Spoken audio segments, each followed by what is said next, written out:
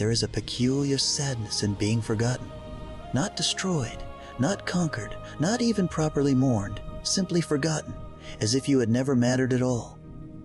In the vast and uncaring expanse of the galaxy, where empires rise and fall like tides against cosmic shores, there exist places that time itself seems to have abandoned. 24 worlds. 24 tiny points of blue light in the greater darkness, each one burning with quiet desperation, each one believing, perhaps foolishly, perhaps nobly, that they still matter, that someone, somewhere, remembers them. These are the worlds of the Velk'han Sept. And tonight, as you settle into the comfort of your rest, I want to tell you their story. Not because it is triumphant, though there are moments of triumph.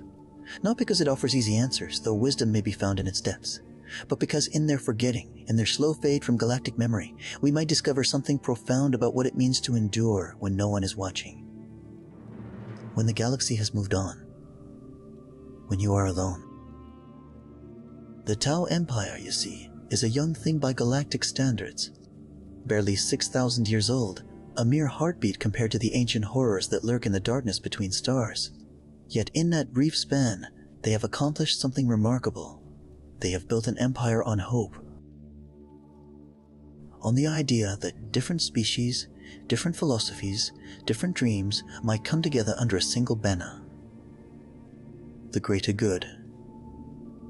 It is a beautiful vision, perhaps naively so.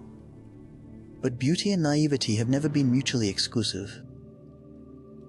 The Velk'han Sept was established during the Second Sphere expansion, that glorious period when Tau colonies spread like seeds carried on stellar winds. They were pioneers, these early settlers. Dreamers who looked at barren worlds on the very edge of explored space and saw potential, saw future. 24 systems, each carefully selected for its strategic position, its resources, its promise. They were meant to be the vanguard, the first line of defense against whatever threats might emerge from the galactic east. Watchtowers in the void, and for a time, perhaps a century or two, they were remembered.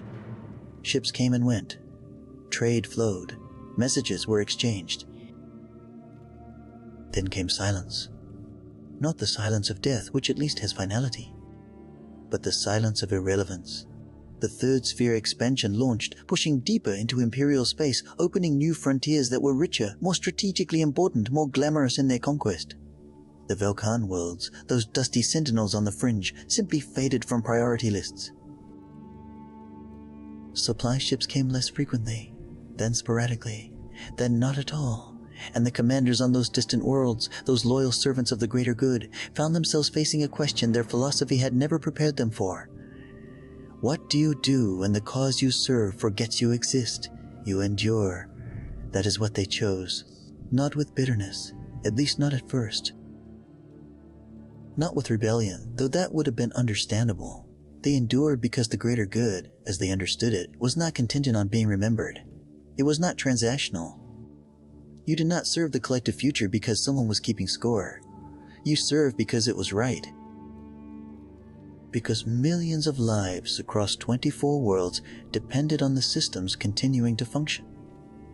Because crops still needed to be planted, children still needed to be educated, and the darkness still needed to be watched.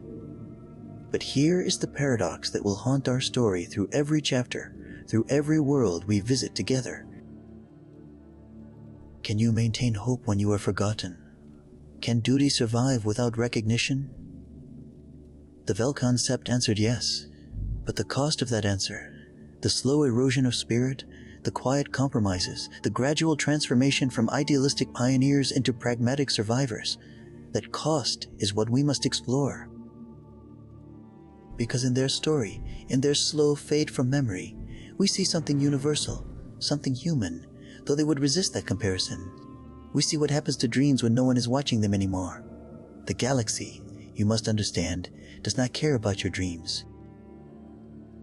It is a place of staggering indifference, where entire civilizations can rise and fall between the blinks of eternity's eyes. The Imperium of Man, vast and terrible, grinds forward on the momentum of 10,000 years and the suffering of countless billions. The Eldar pick through the ruins of their own glory, sophisticated and doomed. The Orcs fight because fighting is purpose enough. And the Necrons, the Necrons, we will speak much of them. Ancient beyond reckoning, they sleep beneath dead worlds, waiting for time itself to validate their patience. It was on the edges of Velk'han space, you see, that the first tomb worlds began to stir. Not dramatically, not with the full fury of a Necron awakening. Just small things at first. Strange electromagnetic readings. Ships that disappeared without trace. Mining colonies that went silent overnight, leaving only scorched earth and questions. The Velk'han commanders reported these incidents dutifully through whatever long-range communication they could muster. They sent requests for reinforcement, for investigation, for acknowledgement, and the Tau Empire, busy with its grand campaigns in the West, filed those reports away, noted them, forgot them. So the Velk'han Sept faced the Necron threat alone, not as heroes, though heroism would be required, not as martyrs, though many would die, but as people trying to survive something they barely understood, with resources they barely possessed, for a cause that had apparently forgotten their names. This is not a story of grand battles, though battles were fought. It is not a story of brilliant strategies that turned the tide of war, though clever tactics kept worlds alive. It is a story of quiet perseverance, of making do, of finding meaning in the margins of history. Each of the 24 worlds has its own character, its own story of adaptation and survival. Some maintained the philosophical purity of the Talva, the greater good, even as material support evaporated. Others pragmatically bent those principles, reasoning that survival itself was the highest good. A few descended into something darker, places where the isolation and fear corrupted what had once been noble. And here is where judgment becomes difficult, where our sympathies must expand to hold contradictory truths. Can we blame a commander who enslaves alien auxiliaries to mine resources when the alternative is starvation? Can we praise a water-caste diplomat who maintains perfect ideological orthodoxy while her world crumbles around her? These are not questions with clean answers. Consider for a moment the nature of abandonment. It is different from rejection, you see. Rejection at least acknowledges your existence. Someone looked at you and decided you were not wanted. There is a perverse clarity in that. But abandonment is passive. You are simply not important enough to remember, not valuable enough to return to. And the psychological weight of that realization, that you could be forgotten not through malice but through simple priority management, is in some ways heavier than any active persecution. The Firecast warriors of the Velk'han Sept felt this acutely. They had been trained to defend the Empire, to be the shield and spear of the greater good. But how do you defend something that does not defend you back? How do you maintain discipline and morale when every battle won, every enemy defeated echoes into silence? No reinforcements arrive, no commendations are issued.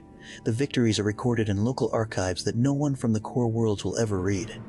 You fight, you bleed, you die, and the galaxy notices nothing. Yet fight they did. In the early years of isolation, the Velk'han military maintained impressive readiness. Training continued. Patrols were regular. When small Necron raiding parties emerged from beneath the surfaces of dead worlds, they were met with coordinated resistance. The Tau forces, though outnumbered and outgunned, used their mobility and superior tactics to wage asymmetric warfare. Hit-and-run attacks, ambushes, strategic retreats that drew Necron forces into prepared kill zones. They won more often than they lost in those early days. The commanders could still believe that they were buying time. That eventually, the Empire would notice the threat, would send the relief forces, would remember, time is a weapon that cuts in all directions. For the Necrons, time is an ally. They have already waited 60 million years. What are a few more centuries? They can afford to probe, to test, to slowly escalate their awakening while their enemies exhaust themselves. But for the Tau, time is a currency that depletes. Each battle costs warriors that cannot be replaced. Each ship lost cannot be rebuilt. Each generation born in isolation grows more distant from the ideals that first founded these worlds. The Velk'han Sept was bleeding out slowly, and they knew it. the Earth-caste engineers faced perhaps the most thankless task.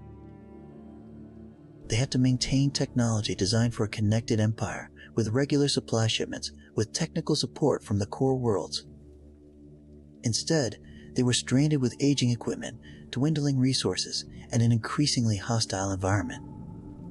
Creativity became survival. They learned to repair fusion reactors with scavenged parts,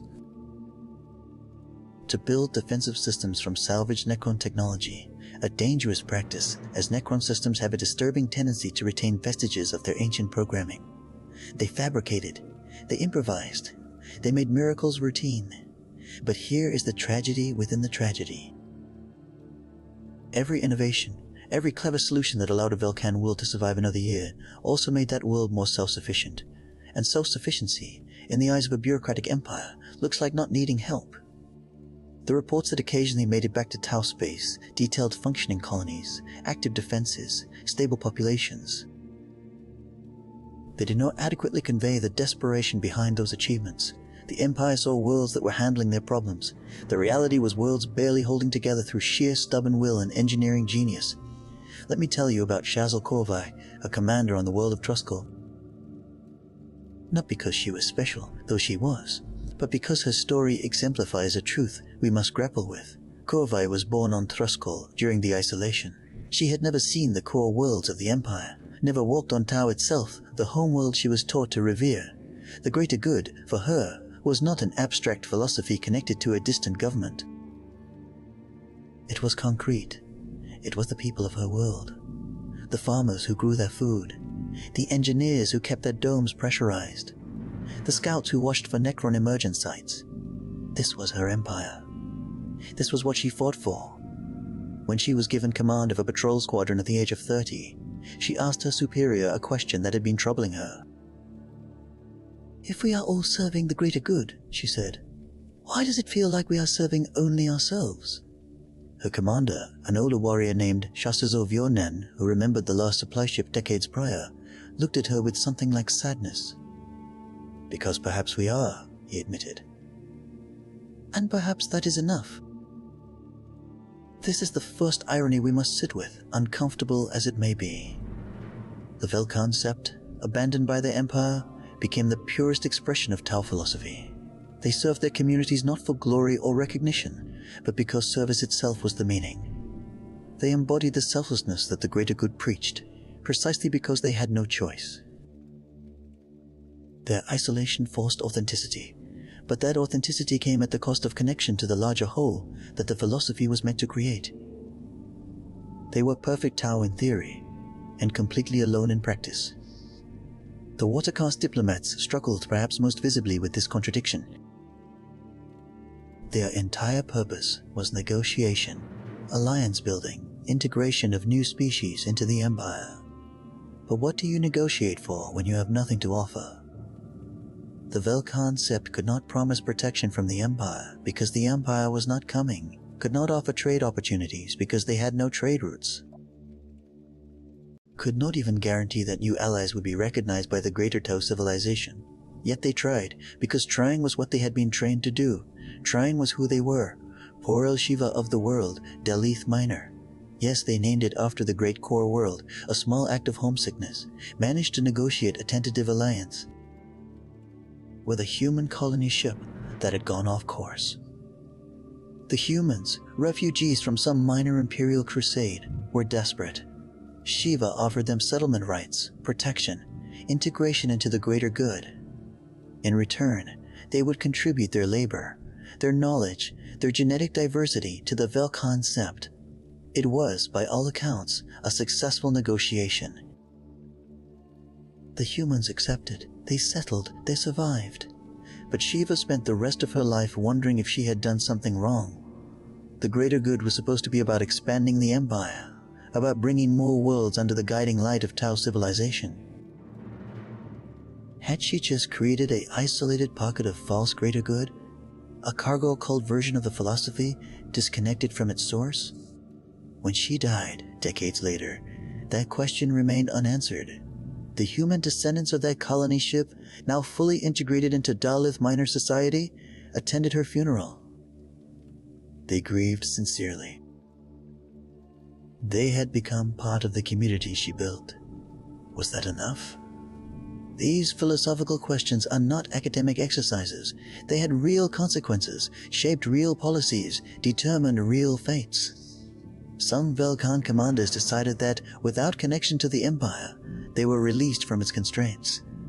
They made pragmatic choices that would have horrified the ethereals. Enslaved certain species that proved difficult to integrate, executed dissenters who threatened fragile unity, abandoned outlying settlements that were too costly to defend.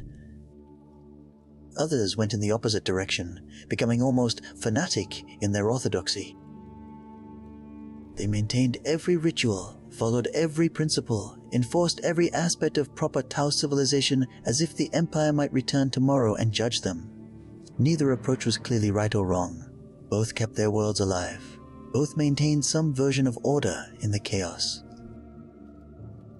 This is the uncomfortable truth that keeps me awake some nights, that makes this story worth telling. Morality becomes complicated when resources are scarce and threats are existential.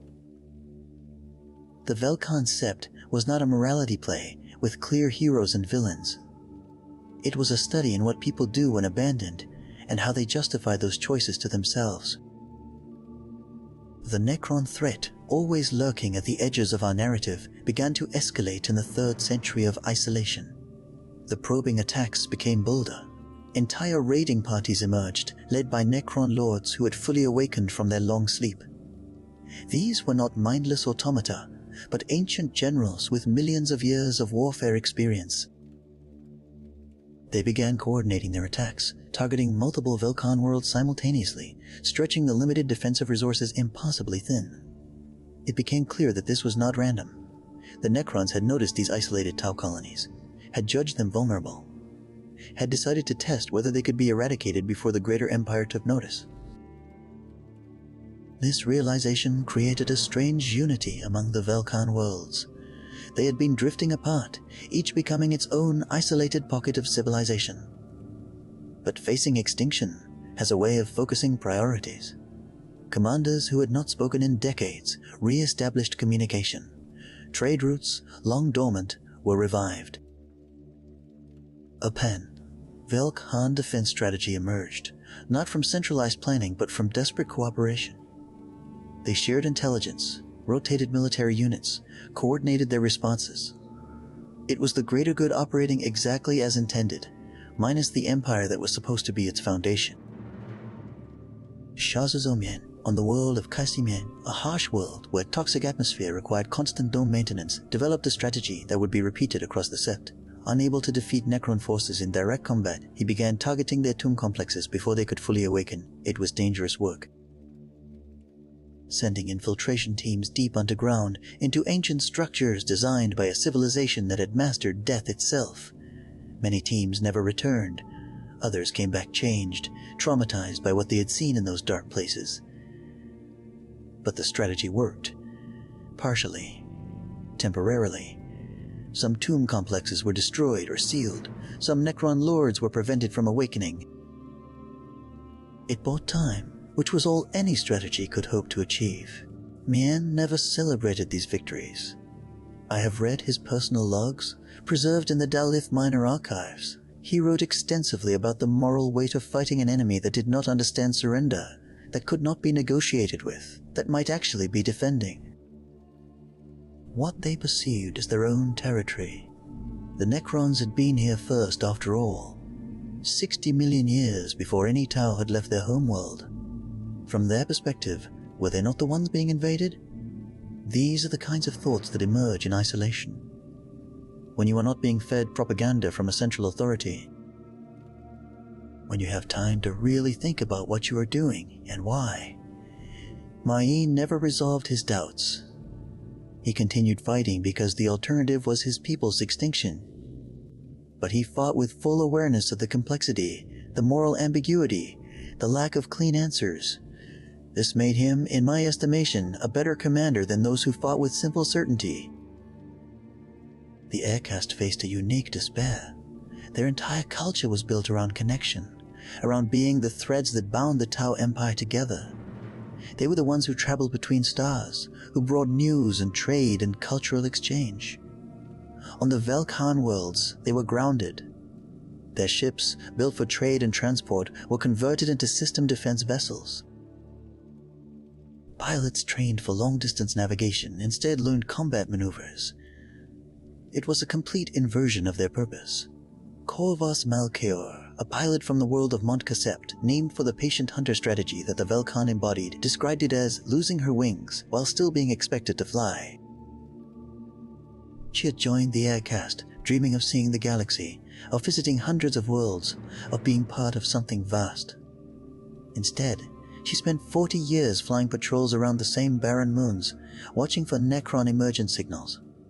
She never once left her home system. When she finally died, in combat, defending a mining station from a Necron assault, she had spent her entire adult life within the same 3-month patrol circuit. Was her life wasted? By the standards of what she had dreamed, perhaps yes. But the mining station she died defending supplied the resources that kept 15,000 Tau alive for another generation. Her sacrifice had meaning even if no one beyond her own system ever knew her name. This is the paradox of forgotten heroism. It is still heroism. The lack of recognition does not diminish the deed, but it does change what the deed means to the person performing it. The children born in the Velk'han Sept during the 3rd and 4th centuries of isolation faced an identity crisis that their parents could barely articulate. They grew up learning about the Tau Empire, its glory, its expansion, its promise, as if it were mythology. A beautiful story from a distant past, not a living reality they might someday join. The teachers in the learning domes spoke of Tau, the home world, with the reverence usually reserved for sacred texts. But none of them had been there. None of them could describe from personal experience what it felt like to stand on soil that billions called home. They taught second-hand memories, which over generations became something closer to faith than knowledge.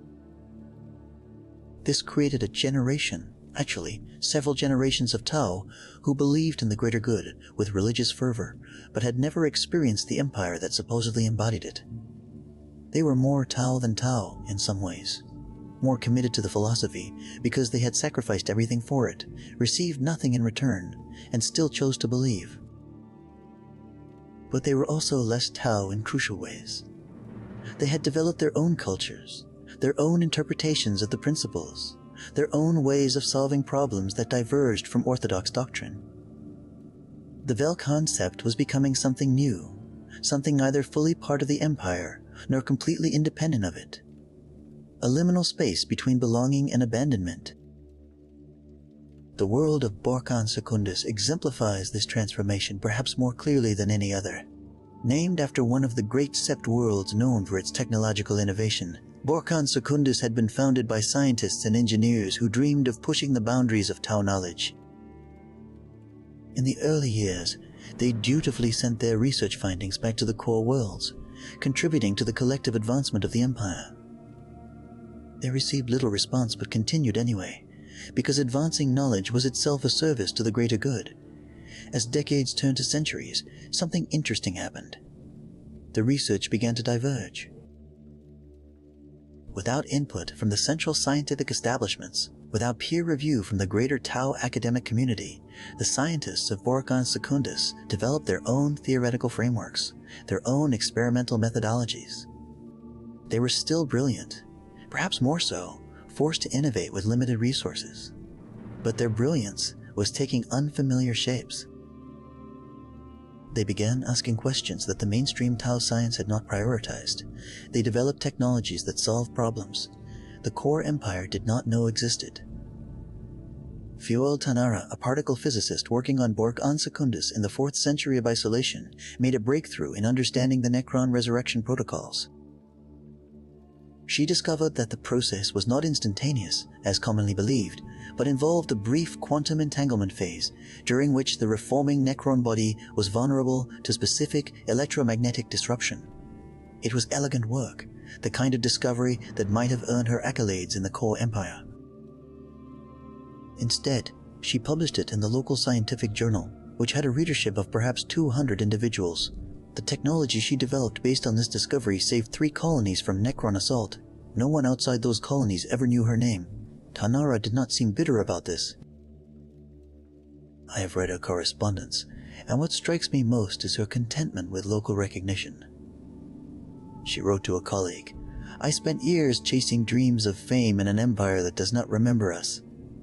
Now I chase understanding for its own sake, and I find I am happier.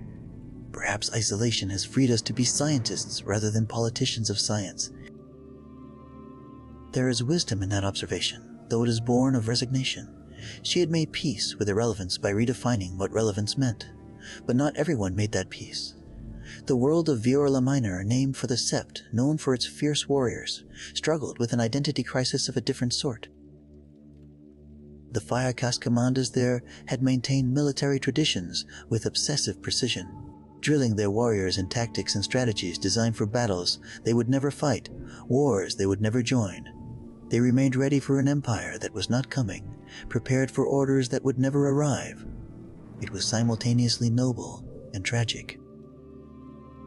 Like maintaining a lighthouse that no ships navigate by, Shasizo Daleth commanded the primary Firecast Academy on Viola Minor. He had been born there, trained there, and had risen through ranks that existed only in local context. He was a Shasizo, a commander. But a commander of what? A military force that defended one world from sporadic Necron raids.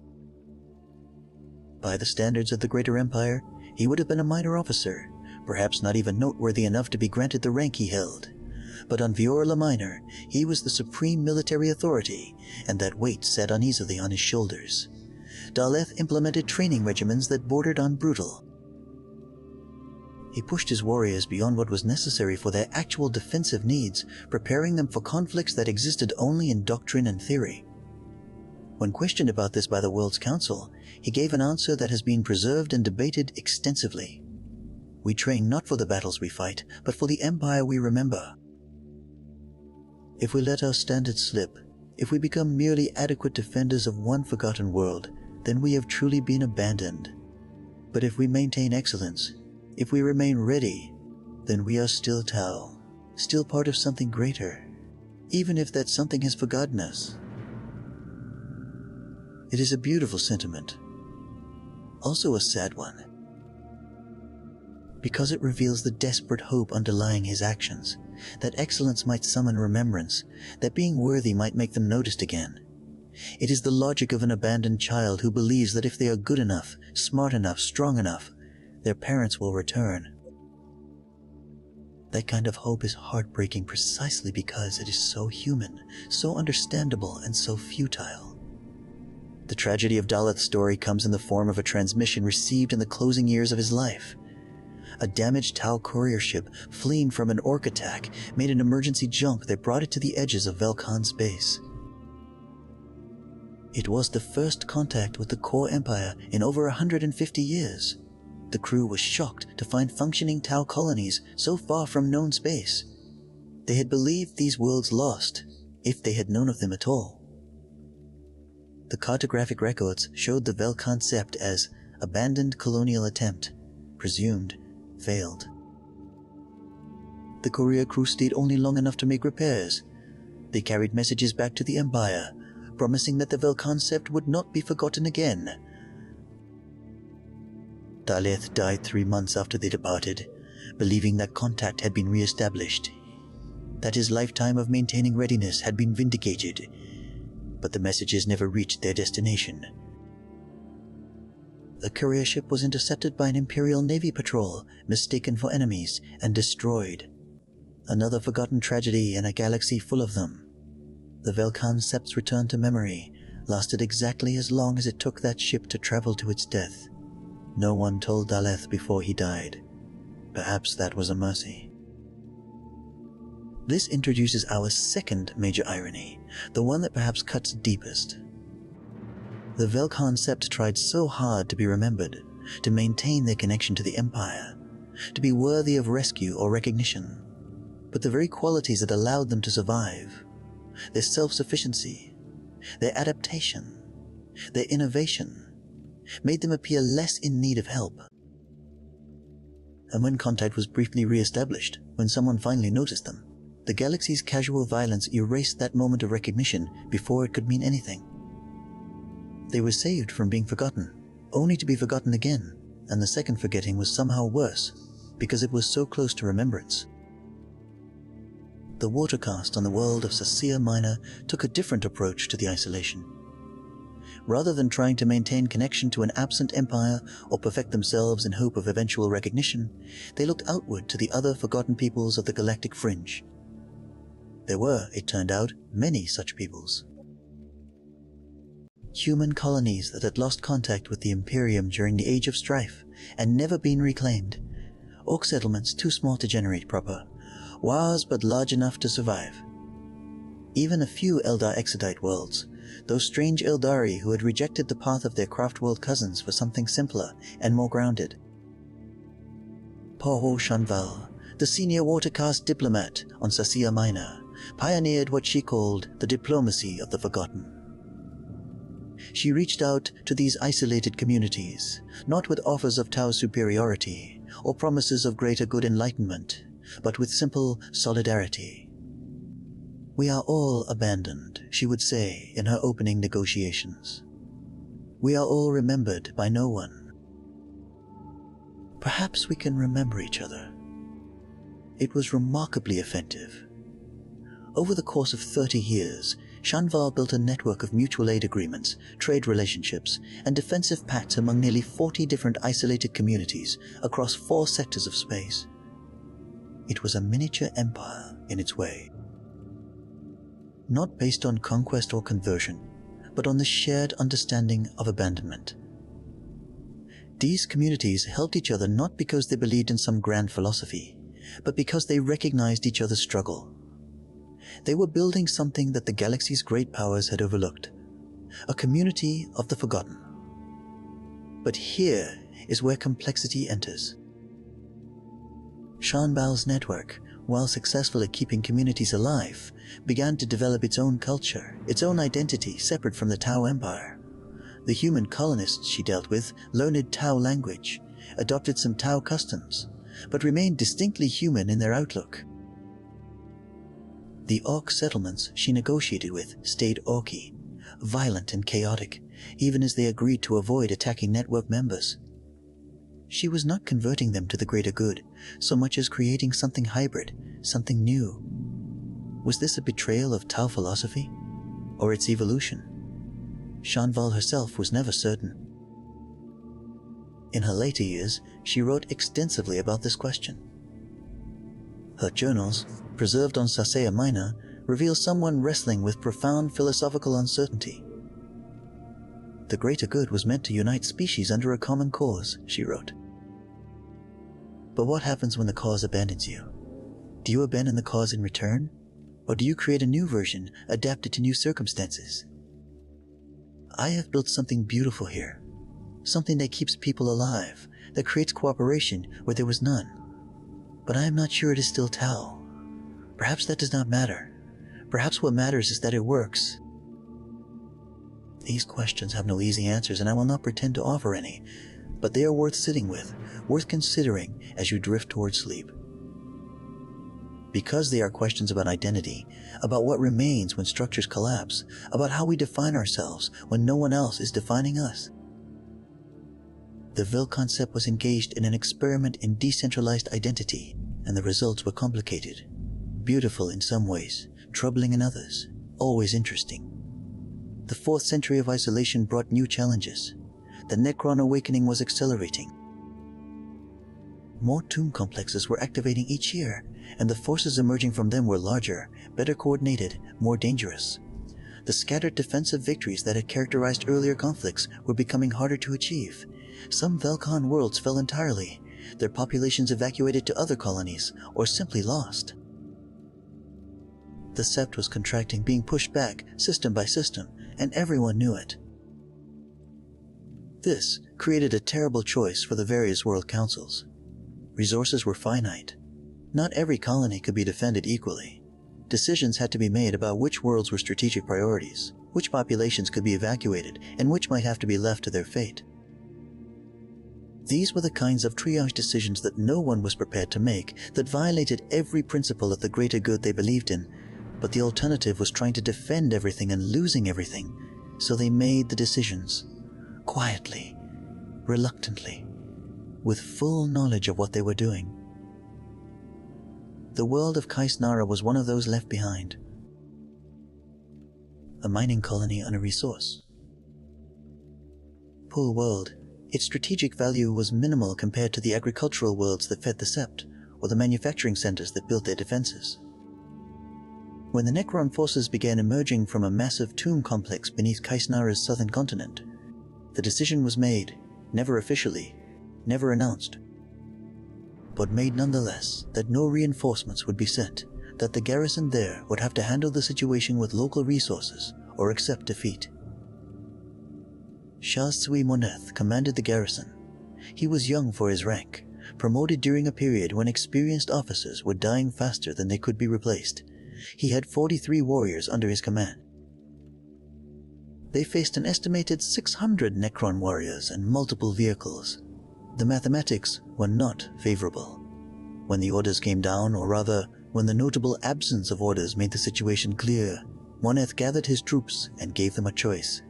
They could attempt to hold out, likely dying in the process.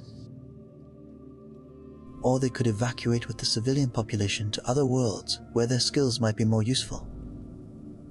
37 of his warriors chose to stay. 6 chose evacuation, and Moneth did not shame them for it. Survival, after all, was also service to the greater good. The defenders of Kaisnara lasted 18 days against the Necron assault. They used every trick, every tactic, every desperate innovation they could imagine. They collapsed mining tunnels to trap enemy forces. They rigged refineries to explode when Necron units entered. They fought building to building, corridor to corridor, buying time for the civilian evacuation ships to launch. When Moneth died, the last of his warriors to fall, he did so, knowing that 4,000 civilians had escaped, that his sacrifice had meaning. No one built monuments to them. No songs were composed about their defense. The world of Kaisnara fell to the Necrons and was left behind, another forgotten place in a forgotten sept. But the 4,000 people who survived never forgot. They carried the story with them, told it to their children, maintained a small memorial on whatever world they settled. It was remembrance in miniature, the kind of localized heroism that would never make galactic history, but mattered infinitely to those it touched. Perhaps that is enough. Perhaps it has to be. These stories of sacrifice and abandonment accumulated across the Sept like sedimentary layers, building up a culture of quiet heroism that accepted futility as a baseline condition. The people of the Velk'han Sept did not expect to win. They expected to endure, to last one more day, one more year, one more generation. Victory was measured not in territory gained or enemies defeated, but in survival itself. It was a modest goal, almost depressing in its lack of ambition. But there is something profound in choosing to endure when endurance is all you have left. The Earthcast engineers developed this philosophy most explicitly. They called it the principle of marginal survival. The idea that you did not need to solve problems completely, you just needed to keep them from killing you today. Reactor showing dangerous instability? You did not need to rebuild it properly. Just patch it enough to run another year. Dome seals degrading? Find temporary solutions until you could afford permanent ones. It was the opposite of the Tao ideal of perfection and innovation. It was making do, getting by, surviving. Fjorva Kaimon, the chief engineer of the World Montier, wrote a technical manual that became almost scripture among the Earthcast engineers of the Sept. The Manual of Elegant Insufficiency, he called it. It was filled with hundreds of repair techniques, improvised solutions, and workarounds for when proper materials or methods were unavailable. But more than that, it was a philosophical text about accepting imperfection, about finding dignity in patch jobs and temporary fixes, about understanding that sometimes adequate is enough. We were taught to build for eternity, Kaimon wrote in the introduction. To create works that would last millennia, that would be testament to Tao ingenuity and craftsmanship. But eternity is a luxury of empires that remember you. We build for tomorrow, And if tomorrow comes, we will build for the day after. This is not failure. This is adaptation. This is survival elevated to an art form. The manual spread throughout the Velk'han Sept, copied and recopied, annotated with local innovations and discoveries. It became more than a technical document. It became a symbol of their collective identity. The people who made do, the ones who kept going when stopping would have been entirely reasonable. The forgotten who refused to forget themselves, but there were costs to this survival-focused culture. Innovation stagnated in some ways. When all your resources go to maintaining what exists, you have little left for developing what might be. The great scientific discoveries, the technological leaps that characterized the core Tau Empire, these became increasingly rare in the Velk'han Sept. They were too busy surviving to invent the future. Another irony, another loss buried in the necessary choices they made. The air caste, grounded and converted into system defense forces, developed their own culture of loss. They maintained traditions that no longer had practical purpose, flying ceremonial formations that mimicked the ancient trading routes their ancestors had traveled. Every year, on the anniversary of the last supply ship's departure, they would stage a symbolic flight ships launching from all the worlds of the Sept simultaneously, as if preparing for a journey to the core empire that would never happen. It was beautiful. It was melancholy. It was a way of keeping alive the memory of who they had been, even as they became something else. Bola Tazan, a young watercast administrator watching one of these ceremonial flights, asked an old aircast pilot what it meant. The pilot, Corveza Fanal, who had been flying these ceremonies for 40 years, thought for a long moment before answering. "It means we remember how to leave," she said finally, "even though we never will, even though there is nowhere to go. We remember that we were once a people who traveled the stars, who connected worlds, who brought the galaxy together. And we refuse to let that memory die with us." Tetsen, young and idealistic, pressed further. "But does it not hurt to remember what you have lost?" Fanal smiled, a tired expression. "It does. Every year, every flight, it hurts. But forgetting would hurt more. If we let go of who we were, if we accept that we are now only defenders of isolated worlds, then we truly are lost. The pain keeps us honest, keeps us hoping. And hope, however foolish, is what separates survival from mere existence." This conversation was recorded and widely circulated throughout the Sept. It captured something essential about their collective psychology, the choice to maintain painful memories rather than accept comfortable amnesia. They could have reinvented themselves entirely, discarded their connection to the Empire, become something new without the baggage of abandonment. Many isolated human colonies did exactly that, forgetting their imperial origins and developing completely independent cultures. But the Velk'han Sept chose to remember, chose to hurt, chose to remain Tau, even when being Tau meant being forgotten. The 5th century of isolation brought something unexpected. Children who had never known the Empire asking questions their parents could not comfortably answer. Why do we still call ourselves Tau when no other Tau acknowledge us? A student named Lakais asked her teacher on the world of Falshia Turchis. It was the kind of question that educational doctrine had no prepared response for. The teacher, an elderly Porui named Selathan, paused her lesson on classical Tau philosophy and considered the child carefully. "We are Tau," Selathan said slowly, "because we choose to be. Not because someone tells us we are, not because we receive validation from distant worlds, but because the principles we hold, the way we organize our society, the values we teach our children, these are Tau values. Identity is not granted by recognition. It is maintained by choice." Lakais was not satisfied with this answer. Few of her generation were. They had grown up hearing stories of a glorious empire that had never materialized in their lived experience. To them, the Tau Empire was like a distant star, visible in the sky, theoretically reachable, but functionally irrelevant to daily life. They were developing what sociologists who would never study them might call orphan culture, the psychology of people who know they belong to something larger, but have been cut off from it so long that the belonging has become abstract. This generational shift created tensions.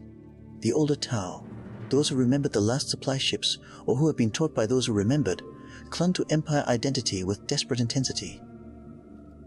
It was their lifeline to meaning, their proof that their suffering had purpose. But the younger generations increasingly saw that identity as a burden, a ghost they were being asked to worship. They did not want to be faithful remnants of a forgotten empire. They wanted to be the first generation of something new. The world of Kutla. Yes, they had named a world after the Kut mercenaries who had once served the Tau Empire, a naming choice that revealed how even alien auxiliaries were. Remembered with fondness in isolation, became the center of this generational conflict. The youth there, led by a charismatic fire-caste warrior named Shasas La Orisvra, began openly questioning why they maintained Tau military doctrine, Tau social structures, Tau everything when the Tau Empire had abandoned them. "We fight their wars," Orisvra said in a speech that was recorded and spread throughout the Sept, causing no small amount of controversy. "We die defending worlds that the Empire does not value enough to defend themselves. We sacrifice our futures for their philosophy. But they sacrificed us first. They decided we were expendable. Why do we still honor them with our loyalty?" It was a reasonable question, also a dangerous one. Because if the Velk'han Sept let go of their Tau identity, what would they become? They were not numerous enough to constitute a true independent power, not diverse enough to be a multi-species coalition like the Empire proper. They were Tau, who lived in a strange liminal space, too disconnected to be part of the Empire, too culturally Tau to be anything else. Orisvra's questions threatened to unravel the careful psychological balance that had kept them functional through centuries of abandonment. The councils of the various worlds responded differently to this generational unrest. Some cracked down, enforcing traditional orthodoxy with increased rigor. Others opened dialogues, trying to explain, to justify, to preserve unity through understanding rather than compulsion. The world of Dalith Minor, the one where Porol Shiva had negotiated with the human refugees generations earlier, took perhaps the most interesting approach. They held what they called the Council of Grief. It was modeled after ancient Earth caste dispute resolution practices, but adapted for something far more nebulous than property disputes or resource allocation. The entire population was invited to speak, to express their anger, their confusion, their sense of abandonment, not to be refuted or corrected, but simply to be heard. For 3 months, the council chambers were filled with testimonies. People spoke of parents who had died believing rescue was coming, of careers that had been dedicated to maintaining readiness for an empire that never returned, of hopes deferred so long they had curdled into bitterness. Young Ores traveled to Dalith Minor to speak at this council. She expected opposition, debate, attempts to change her mind. Instead, she found validation. Elder after elder stood and said, "You are right to be angry. You are right to question. We have carried this burden so long we forgot it was a burden. We taught you loyalty without explaining the cost of that loyalty. For that, we are sorry." This acknowledgement did something unexpected. It diffused the rebellion before it could truly form, because Orisvra and her generation did not actually want to destroy the connection to the Empire. They wanted the pain of that connection to be recognized. They wanted permission to grieve. Once given that permission, once their feelings were validated rather than dismissed, they found they could carry the burden their parents had carried, not with the same unquestioning faith perhaps, but with open-eyed understanding of what they were choosing and why. The Council of Grief became a regular institution across many Velk'han worlds. Every few years they would hold these gatherings where people could speak honestly about the cost of their isolation, the pain of their abandonment, the complexity of their loyalty. It was collective therapy disguised as civic discourse, and it worked. Not perfectly, nothing ever does. But it allowed the generations to understand each other, to carry their shared burden with greater consciousness of what they were doing. This introduces our third layer of irony, one that speaks to the nature of community itself. The Velk'han Sept, abandoned by the collective they served, developed stronger internal community bonds than many connected Tau worlds ever achieved. Their isolation forced intimacy. Their shared trauma created empathy. They could not take each other for granted because they had no one else. The abandonment that could have destroyed them instead refined them into something more cohesive, more emotionally honest, more genuinely communal than the bureaucratic empire that had forgotten them. But this cohesion came with its own problems. Some worlds became insular, suspicious of outsiders, protective of their hard-won stability to the point of xenophobia. The world of Tanar Prime, again named for the homeworld, an act of homesickness that never faded, developed strict immigration controls even for other Velk'han colonies. They had survived, they reasoned, by carefully managing their limited resources. Opening their borders to refugees from worlds that had been less careful seemed like rewarding failure. This attitude created significant ethical debates. Was it wrong to protect your own people first when resources were scarce? Was the greater good supposed to extend infinitely, even when doing so might endanger your own survival? These were variations of ancient philosophical questions. The lifeboat dilemma, the problem of moral obligations to strangers versus kin. But in the context of the Velk'han Sept, they were not academic exercises. They were life and death decisions made by people with no margin for error. Velk'han, a philosopher on Tanar Prime, wrote extensively about what she called the ethics of scarcity. Her work acknowledged that the traditional Tao philosophy, developed during periods of expansion and relative abundance, might not be adequate for the realities of isolated survival. The greater good assumes surplus, she wrote. Assumes that helping others does not fundamentally threaten your own existence. But what happens when there is no surplus? When every resource shared is a resource your own children will not have? Does moral obligation require self-destruction? And if not, where is the line? Kasmai did not offer easy answers. She could not, because easy answers did not exist. But she provided a framework for thinking about these problems that acknowledged their complexity without surrendering to nihilism. We must maintain our principles, she argued. But principles applied rigidly in circumstances they were not designed for become cruel. Flexibility is not betrayal. Adaptation is not weakness. We honor the greater good by preserving its spirit even when we must adapt its application. This philosophical work was controversial. Some saw it as necessary pragmatism. Others saw it as dangerous rationalization for abandoning core values. The debates it generated were heated, sometimes bitter. But they were debates, genuine wrestling with difficult questions, rather than blind adherence to doctrine. The isolation had forced intellectual honesty on the Velk'han Sept. They could not afford comfortable illusions. The Necron threat continued its inexorable advance. By the 6th century of isolation, roughly half of the original 24 Velk'han worlds had fallen or been evacuated. The survivors consolidated, pooling their resources, combining their defenses. What had once been a sept of distinct worlds with their own characters was becoming a tighter network of interconnected communities. Geography was collapsing under the pressure of existential threat. They were all in the same lifeboat now, and everyone knew it. Shaso Kais of the world, Viola Minor, the same military-focused world where Daleth had maintained his obsessive training regimens, implemented a strategy that would define the Sept's resistance for the next century. He called it the Wandering Defense. Rather than trying to hold fixed positions against numerically superior Necron forces, his forces would remain mobile, striking tomb complexes before full awakening, evacuating populations before territories became indefensible, preserving lives and equipment over pride and territory.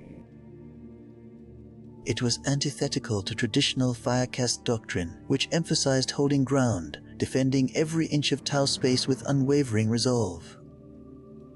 But Kais understood something his doctrine-bound predecessors had not. that the Velk'han Sept was fighting a war of attrition. It could not win through conventional means. Every warrior lost was irreplaceable. Every piece of equipment destroyed could not be rebuilt. They needed a strategy that preserved their forces while inflicting maximum cost on an enemy who could afford losses they could not. The wandering defense worked after a fashion. Necron advances slowed. Some tomb complexes were destroyed before they could contribute to the invasion. Populations were evacuated in relatively good order, preserving lives and knowledge, but it meant abandoning worlds, watching as places where people had lived for generations were consumed by an enemy they could not defeat. It meant running, which felt like cowardice even when it was a smart tactical choice. Case himself struggled with this. His personal logs reveal a commander torn between pragmatic necessity and emotional weight. "I save lives," he wrote, "by abandoning worlds. I preserve the Sept by cutting away pieces of it like a surgeon removing diseased flesh.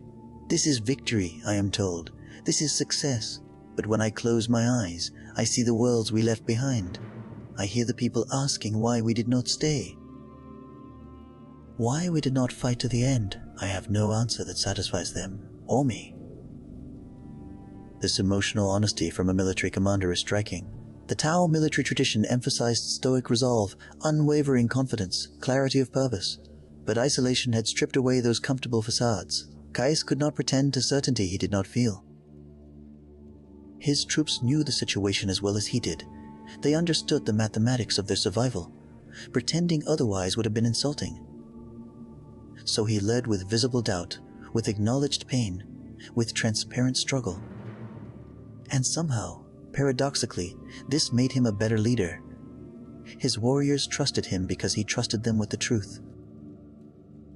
The evacuation of Dalith Minor, the world where Por El Shiva had integrated human refugees, where the Council of Grief had begun, exemplified both the success and the tragedy of the wandering defense. A massive Necron tomb complex activated beneath the world's primary continent. The emergence signature indicated thousands of warriors, multiple heavy vehicles, and at least one Necron lord. The mathematics were clear. Dalith Minor could not be held. Caius arrived with every ship he could spare to coordinate the evacuation. They had perhaps 2 weeks before the Necron forces fully organized and began their assault. In that time, they needed to evacuate 800,000 people. Tau, humans, and several other species that had been integrated over the centuries. It was logistically nightmarish. Many people did not want to leave. This was their home. Their ancestors were buried here. Their lives were rooted in this soil. Being told to abandon it felt like betrayal. Poor Los, a water-caste diplomat who had succeeded Shiva's work generations later, spent the evacuation period moving through refugee camps, explaining, consoling, trying to help people make peace with the impossible. "I know this hurts," he told group after group. "I know you are being asked to give up everything. But everything includes your lives. Your children's lives. Your future. We cannot save the world. We can save the people. Please, please let us save the people." Most complied. Some did not. Small groups refused evacuation, choosing to stay and defend their homes even when defense was futile. Caius did not force them. He could not spare the troops to compel evacuation, and more fundamentally, he respected their choice. If they wanted to die defending their home rather than live as refugees, that was their right. He left them supplies, weapons, final coordinates for if they changed their minds. Then he departed with those who chose survival. Dalith Minor fell 3 weeks after the evacuation completed. The small groups who stayed fought with desperate courage. They held out for 4 days before being overwhelmed. Not a single survivor was recovered. Their sacrifice brought no tactical advantage, secured no strategic objective. It was pure, pointless defiance. The kind of gesture that means nothing to the galaxy but everything to the people who knew them. They are remembered on every world where Dalith Minor refugees settled. Small memorials, quiet ceremonies, stories told to children. Not forgotten, despite being unknown. The refugees from Dalith Minor struggled with integration into their new homes.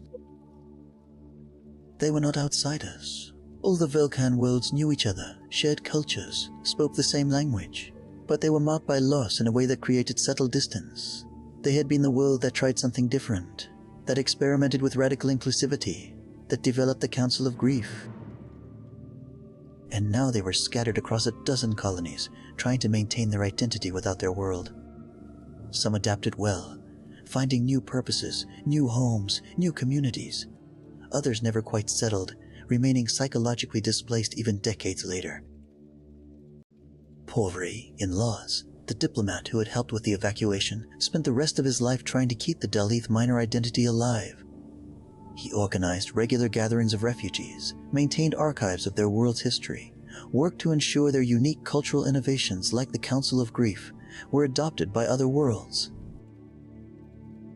He was, in essence, trying to prove that a community could exist without territory. That identity was more than geography. It is an open question whether he succeeded. The Dalith minor refugees maintained their distinct identity for several generations, but over time, inevitable assimilation occurred. Their children married into other communities. Their cultural practices were adopted and adapted until they were no longer specifically Dalith minor, but generally Velk'han. The world was forgotten, but the people and their innovations were absorbed into the larger culture. Is that success, or another form of loss? I cannot say. Perhaps it is both. The Earth caste engineers faced their own crisis during this period of contracting territory.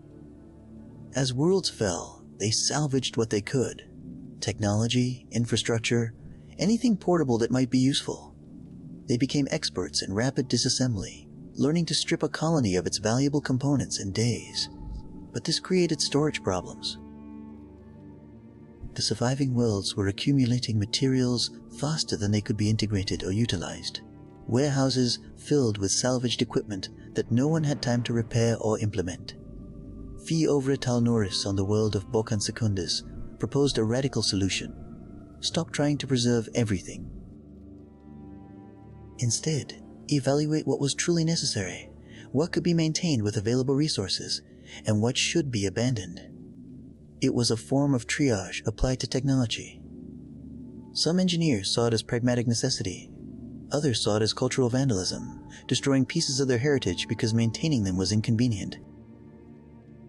The debates over what to save and what to discard became deeply emotional. A diagnostic scanner from the original colony ship might be obsolete, functionally worthless, but it represented their origins, their connection to the empire that had sent them. Discarding it felt like discarding their identity.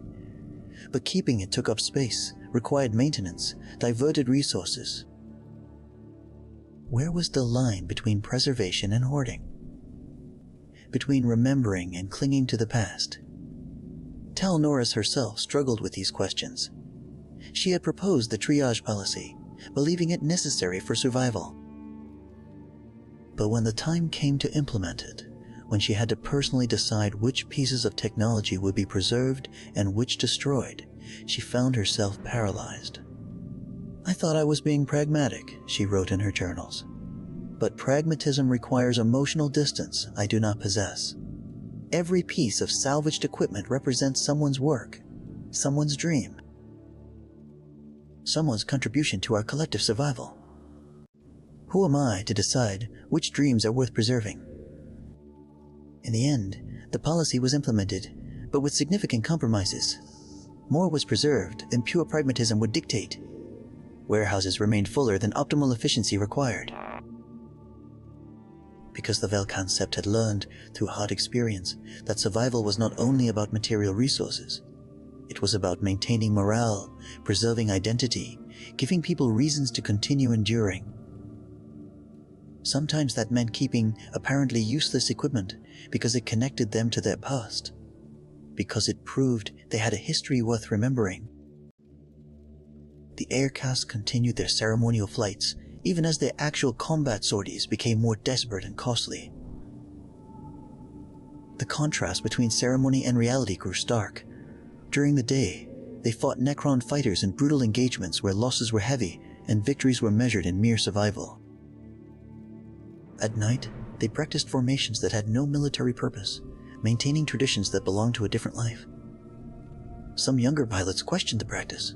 Why maintain these ceremonies when they had so little time, so few resources?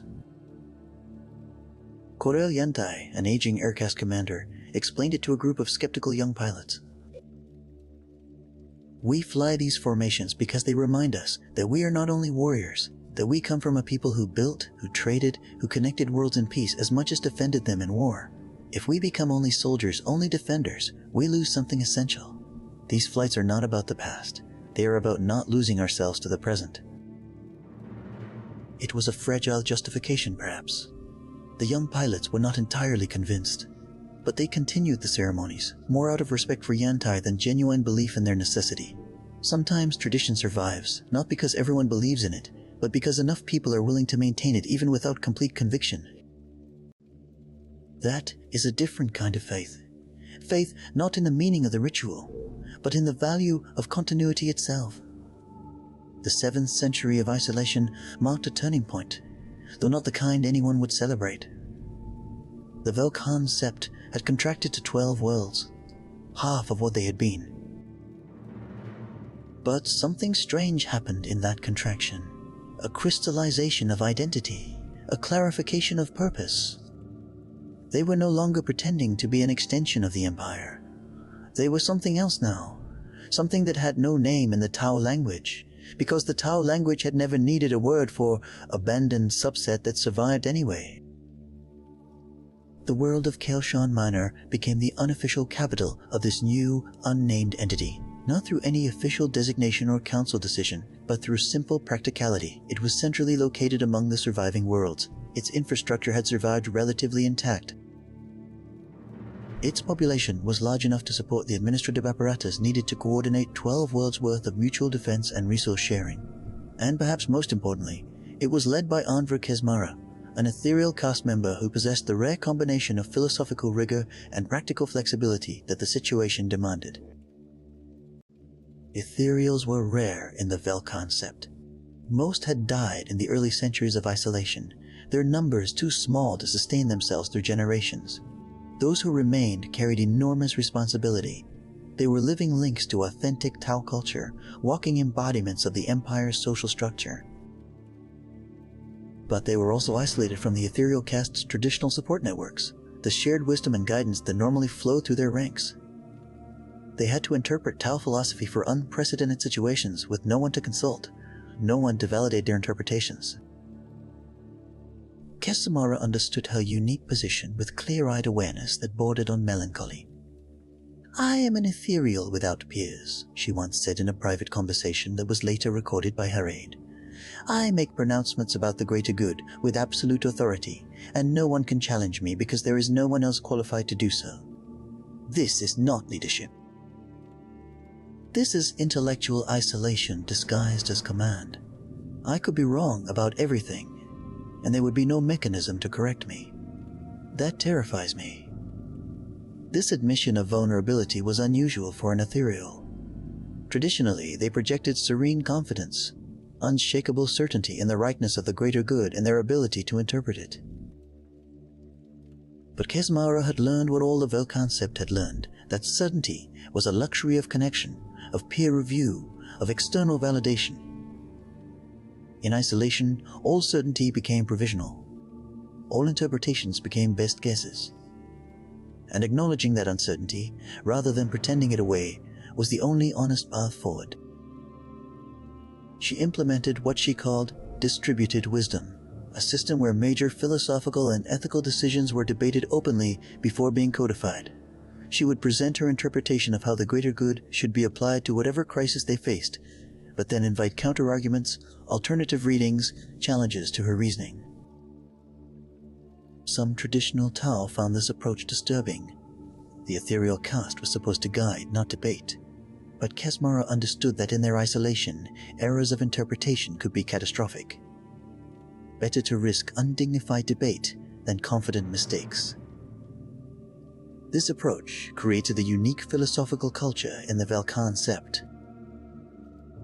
They were simultaneously more orthodox and more heterodox than the core empire. more orthodox in their dedication to Tao principles, their refusal to abandon their identity even when it would have been easier, more heterodox in their willingness to question, to adapt, to acknowledge uncertainty. They had maintained the spirit of Tao philosophy by being willing to question its letter. It was a delicate balance, and not everyone navigated it successfully. The world of Troskol, where Chassis Corvai had once asked if serving themselves was enough, exemplified the challenges of this balance. A faction had developed there that called themselves the Pragmatists. They argued that the greater good, as traditionally understood, was designed for an expanding empire with abundant resources. In their constrained circumstances, they proposed a reformulation, the immediate good.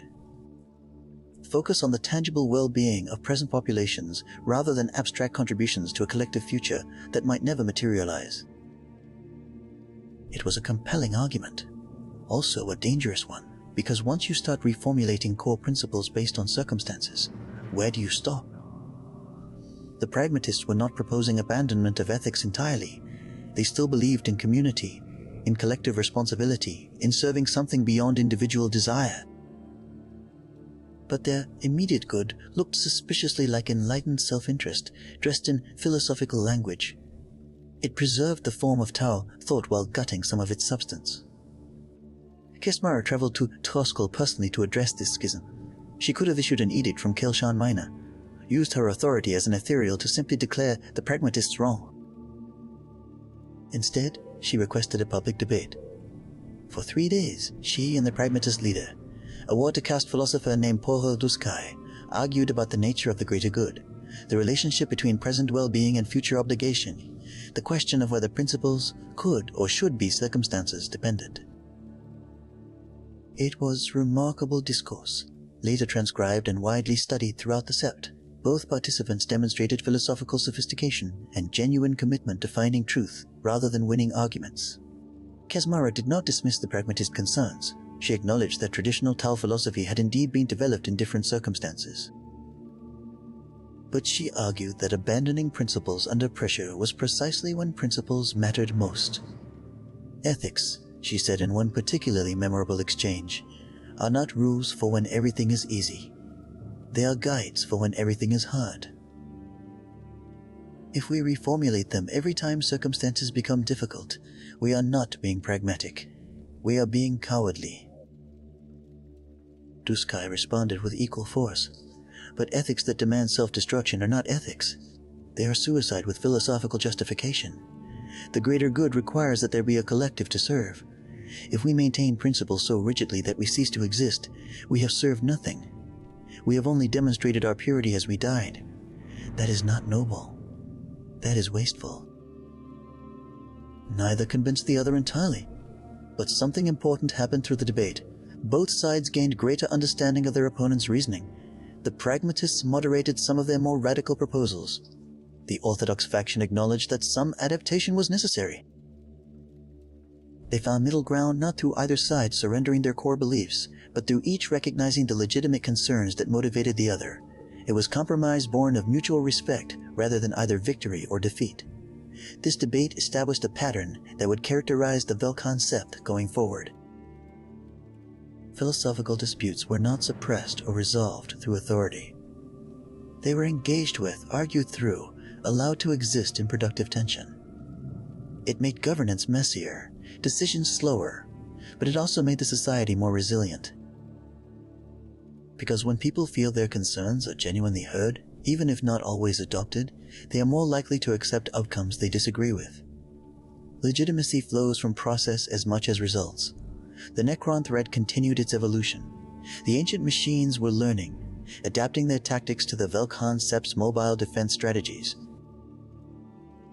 They began targeting refugee convoys, correctly reasoning that destroying populations in transit was more efficient than conquering defended worlds.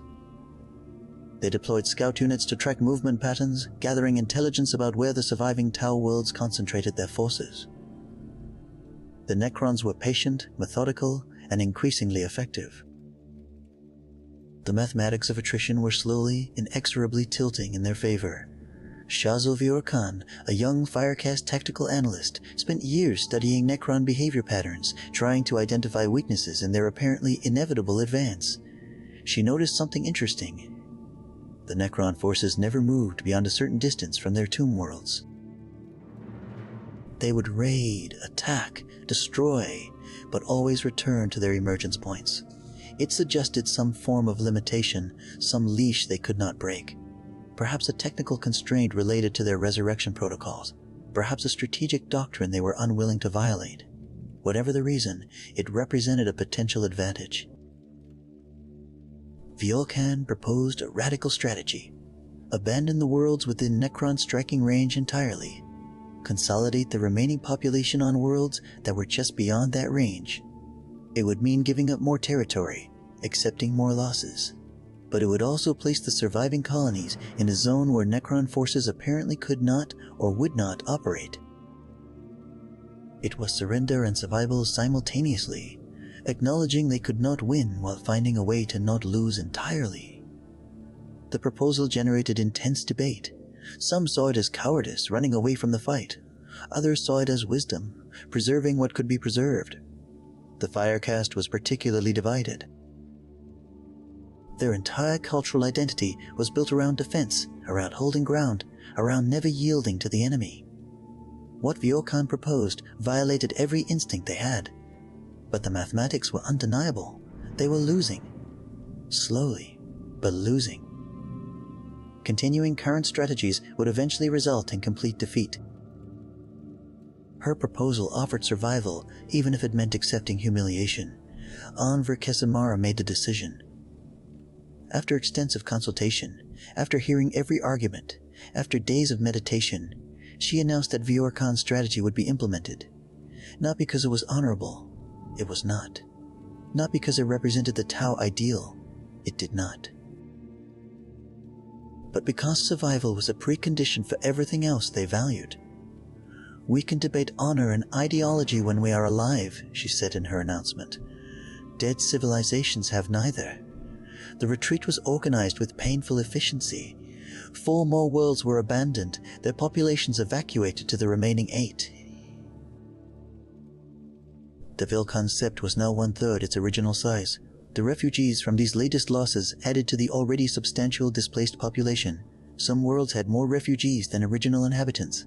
The social strain was enormous. Resources stretched impossibly thin. Every system was pushed past its design capacity. But they survived. Velk'han's analysis had been correct. The surviving worlds were beyond the enemy's operational range. But victory, such as it was, felt hollow. They had survived by running away, by abandoning worlds they had sworn to defend, by choosing existence over honor. It was the right decision. Everyone knew it was the right decision. But right decisions can still feel like betrayal. The Firecast warriors who had implemented the retreat carried visible shame. They had done their duty, followed orders, acted professionally, but they felt like failures anyway. Because sometimes doing the right thing still hurts. Paula Mezes-Khan, a young Watercast administrator working with refugees on Kelshan Minor, witnessed this psychological devastation firsthand. She saw warriors who had fought courageously, who had saved thousands of lives through skilled rearguard actions during the retreat, who had performed beyond any reasonable expectation, and who nevertheless believed themselves cowards. The disconnect between objective achievement and subjective experience troubled her deeply. She began organizing support groups, places where warriors could talk about their feelings without judgment. It was not traditional therapy. The Velk'han Sept had no professional therapists, no psychological services infrastructure. It was simply people gathering to speak honestly about their pain.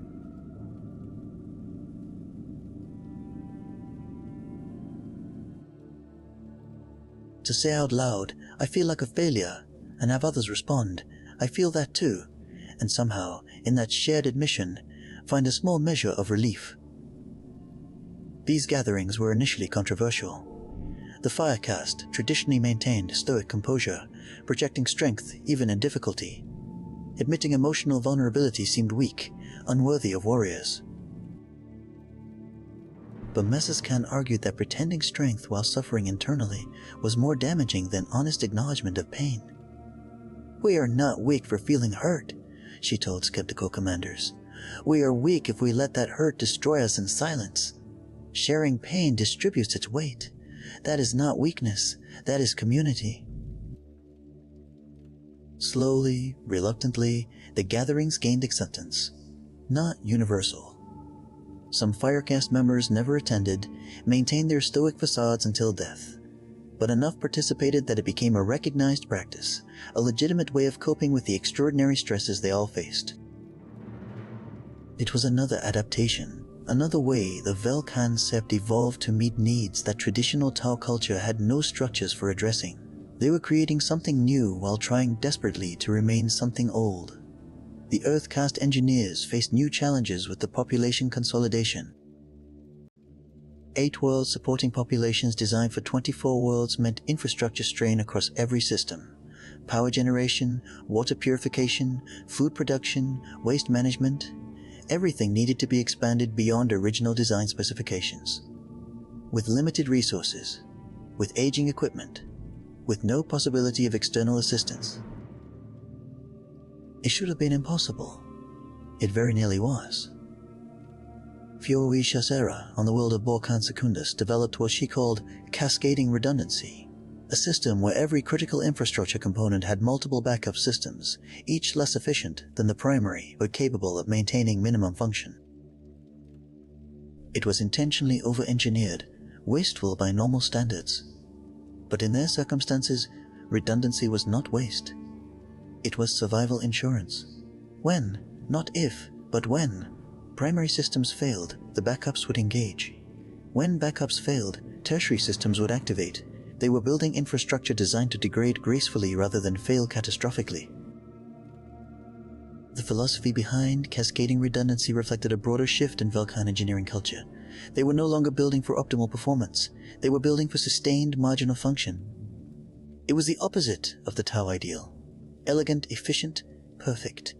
Their engineering was inelegant, inefficient, imperfect. But it worked. It kept working when elegant solutions would have failed. There is a strange beauty in that, in solutions that sacrifice aesthetic purity for practical durability, a beauty that only makes sense when you understand the constraints that created it. The Aircast found new purpose in the consolidated territory. With 8 worlds clustered relatively close together, regular supply runs and communication relays became crucial. They were no longer grounded defenders pretending to be traders. They were once again connecting worlds, enabling commerce and communication, serving their traditional function. It was not the vast star-spanning trade routes their ancestors had traveled. But it was connection. It was purpose beyond mere combat. It was being aircast again, even in miniature. Kovra Sekva, a pilot who had spent her entire career flying combat missions, experienced her first trade run with something approaching joy. She transported agricultural surplus from one world, medical supplies to another, brought news and messages and physical proof that the other world still existed. "I remembered why we fly," she wrote in her personal log. "Not to kill, not to defend, but to connect, to prove that distance does not mean separation. I have been a warrior for 20 years. Today, for the first time, I was a pilot. It felt like coming home." This emotional response was widely shared among the Aircast. Their ceremonial formations took on new meaning. They were not just maintaining traditions, but practicing skills that had practical application again. The old pilots who had insisted on continuing the ceremonies despite skepticism from younger generations were vindicated. The traditions had preserved knowledge that was once again useful. Sometimes faith in practices we do not fully understand is rewarded not with dramatic validation, but with quiet relevance. The Watercast experienced their own renaissance. With populations consolidated, with regular communication between worlds, diplomacy became important again. Not external diplomacy. There were no external powers to negotiate with, but internal diplomacy, managing the inevitable tensions and disputes that arose when refugee populations integrated with existing communities. They mediated resource conflicts, negotiated cultural compromises, build consensus around difficult decisions. It was unglamorous work compared to the grand diplomatic ventures their training had prepared them for. But it was essential work. Horel Jovan, working on Kelshan Minor, spent his days resolving disputes between refugees from Troskol and the native population. The Troskol refugees maintained their pragmatist philosophy, which sometimes conflicted with the more orthodox beliefs of their hosts. Neither side was wrong. They simply had different frameworks for understanding the greater good. Jovan had to find ways for them to coexist, to contribute to the same community despite their philosophical differences. "I thought diplomacy was about grand treaties," he reflected in an interview preserved in the archives. "About negotiating between empires, shaping the fate of worlds. Instead, I negotiate about food distribution schedules, about who gets priority for housing repairs, about whether public spaces should accommodate pragmatist interpretations of communal obligation. It is small. It is tedious. And it is absolutely crucial. Because if we cannot learn to live together, if our philosophical differences tear us apart from within, then the Necrons will not need to destroy us. We will have destroyed ourselves." This focus on internal cohesion became the dominant concern of the 8th century of isolation.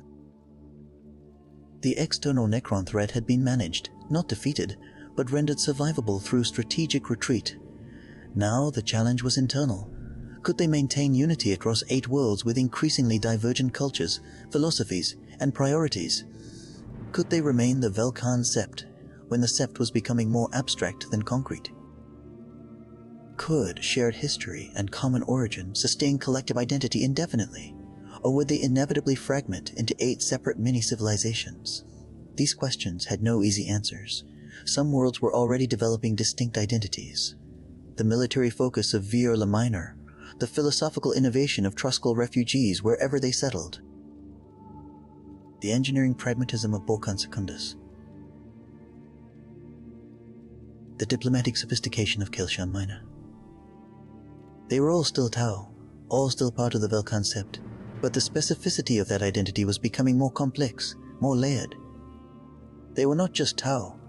They were Tau of the Velk'han Sept, and increasingly, they were Tau of their specific world within that Sept. Identity was multiplying, fracturing, becoming more nuanced. Whether that was healthy diversity or incipient fragmentation remained unclear. The 9th century of isolation brought something unexpected. A generation that had never known anything but isolation.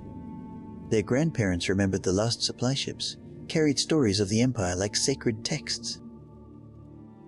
Their parents had grown up on those stories, maintaining connection through inherited memory.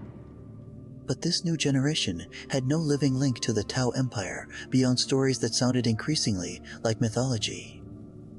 The Empire was not a place they might return to someday. It was a creation myth, an origin story, no more tangible than the legends of Tau's first expansion into space. This psychological shift manifested in subtle but profound ways. When teachers spoke of the greater good, students understood it intellectually, but experienced it only in the context of their 8 worlds. They could not imagine serving billions of beings across hundreds of star systems. Their greater good was measured in thousands, maybe tens of thousands. It was intimate, local, knowable. Every person they served had a name, a face, a story. The abstract collective of Tau philosophy had been replaced by something more concrete and immediate. Whether this was an improvement or a loss remained debatable. Lacais, the student who had once asked her teacher why they still called themselves Tau, had grown into a watercast diplomat of considerable skill. Now Pora Lacais, she worked on Kelshan Minor, mediating between the increasingly distinct cultural identities emerging across the 8 worlds. She had never resolved her childhood question about Tau identity. Instead, she had learned to live with the irresolution, to accept that they were Tau not through any objective criteria but through collective choice. It was identity as performance, as continuous act of will, rather than inherited certainty. She developed a presentation she gave to young people across the Sept, trying to help them understand their complicated heritage. "We are Tau," she would say, "because we remember being Tau. Because we choose to maintain those values, those structures, those dreams, even when no one else acknowledges them." Some might say this makes us delusional, clinging to an identity that no longer has external validation, but I say it makes us authentic. We are Tau not because someone tells us we are, but because we have decided that is what we want to be. That is a stronger foundation than any external recognition could provide. It was a compelling argument, also somewhat circular. They were Tau because they chose to be Tau, which meant maintaining Tau values, which defined what being Tau meant. Where was the fixed point in that reasoning? Lakais knew this logical weakness, but chose to embrace it rather than resolve it. Identity, she would tell students who pressed her on this point, is always somewhat circular. Humans are human because they identify as human while displaying human characteristics. But who defines those characteristics? Other humans. We define ourselves through ourselves. It cannot be otherwise. The question is not whether our logic is circular, but whether our circle is worth maintaining. I believe it is. Not everyone agreed. The world of Warhammer Sept, named for the patient hunter strategy, had developed an increasingly distinctive culture that some argued was no longer recognizably Tau. They had adapted to their harsh environment through measures that pushed the boundaries of orthodox philosophy. Their population included large numbers of integrated alien species, humans, Kroot, even some Vespid who had joined the Sept generations ago. These species had not been converted to Tau philosophy so much as accommodated within it. The result was a hybrid culture that borrowed from multiple traditions. Pauvre Colnas, a water caste elder on Warhammer Sept, defended their approach with passionate intensity. The greater good was always meant to be inclusive, he argued during a Pan-Sept philosophical conference. We have simply taken that inclusion to its logical conclusion. We do not demand that humans think like Tau, only that they contribute to the collective well-being. We do not require Kroot to abandon their traditions, only that those traditions align with communal prosperity. This is not betrayal of Tau philosophy. This is its fullest expression. His counterpart from Viorla Minor, Paul El Chasvia, was less convinced. You have created something new, she countered. Perhaps something good, perhaps something necessary. But let us be honest about what it is. You have not perfected Tau philosophy. You have created a multi-species hybrid culture that borrows from Tau thought among other influences. That may be admirable adaptation, but it is not the same as maintaining authentic Tau civilization in isolation. The difference matters. These debates were never resolved because they were fundamentally about definitions. What counts as Tau? What degree of adaptation is acceptable? Where the line between evolution and abandonment lies? The Velk'han Sept contained multiple answers to these questions, multiple experiments in identity maintenance under extreme circumstances. They were 8 worlds demonstrating different responses to the same fundamental challenge. Some maintained strict orthodoxy, others adapted radically, most fell somewhere in between, and all of them continued to call themselves Tau, even as the meaning of that word grew increasingly contested. The fire cast on Warhammer Sept exemplified this cultural hybridity. Their forces included human auxiliary troops who fought alongside Tau warriors, not as subordinates, but as equals. They incorporated Kroot hunting strategies into their tactical doctrine. They even adapted some Vespid communication methods for coordinating attacks in complex terrain. The result was a military that was undeniably effective. Warhammer Sept had the best combat record against Necron incursions of any Velk'han world. But it was also undeniably different from traditional Tau military practice. Shazaz Ray Torkhan, a decorated Warhammer commander, described it this way. I lead warriors of 6 different species. Each brings different strengths, different perspectives, different ways of solving problems. My human scouts have intuition for terrain that Tau analysis sometimes misses. My Kroot trackers can read battlefield conditions that our sensors overlook. My Tau fire warriors provide discipline and coordination. Together, we are more effective than any single species force. Is this not the greater good? Using the strengths of all to benefit all? His argument was sound in utilitarian terms. Warhammer Sept survived, prospered even, through this radical inclusivity. But critics worried about cultural dissolution. If Tau military forces operated on multi-species principles, adopted alien tactics, and valued non-Tau contributions equally, were they still Tau military forces? Or had they become something post-Tau, something that borrowed Tau elements while transcending Tau identity? These questions troubled philosophers throughout the Sept. They still trouble me, telling you this story across the centuries. The Earthcast faced their own version of these questions. As resources grew scarcer and needs more desperate, they increasingly scavenged and adapted non-Tau technology. Necron power systems, once they figured out how to safely disable the resurrection protocols. Human mechanical systems that was simpler and easier to maintain than Tau equivalents. Even some orc technology, crude but remarkably robust. Their workshops became eclectic collections of hybrid systems, patchwork solutions that violated every principle of elegant Tau engineering, but somehow kept working. Velk'han Sept led the most aggressive technology integration program. He had no patience for purist arguments about maintaining Tau engineering traditions. A power system that works but uses Necron components is better than a Tau power system that failed because we lacked proper parts, he argued bluntly. Aesthetic purity is a luxury of abundance. We have no abundance. We have need. And need demands pragmatism over ideology. But even Kastel struggled with some adaptations. When his team successfully reverse-engineered Necron resurrection protocols, not to resurrect their own dead, but to understand the underlying quantum mechanics, he found himself deeply uncomfortable with the knowledge they had gained. Necron technology was based on principles that felt wrong, that violated intuitions about how the universe should work. Using it, even for survival, felt like contamination, like allowing the enemy into their minds. He wrote about this discomfort extensively, trying to articulate why some adaptations felt acceptable, while others felt like betrayal. We are what we build, he concluded. Our technology reflects our values, our understanding of the universe, our relationship with reality itself. When we incorporate alien technology wholesale, we incorporate alien worldviews. We become less ourselves and more amalgamation. Perhaps that is acceptable. Perhaps identity can survive such amalgamation.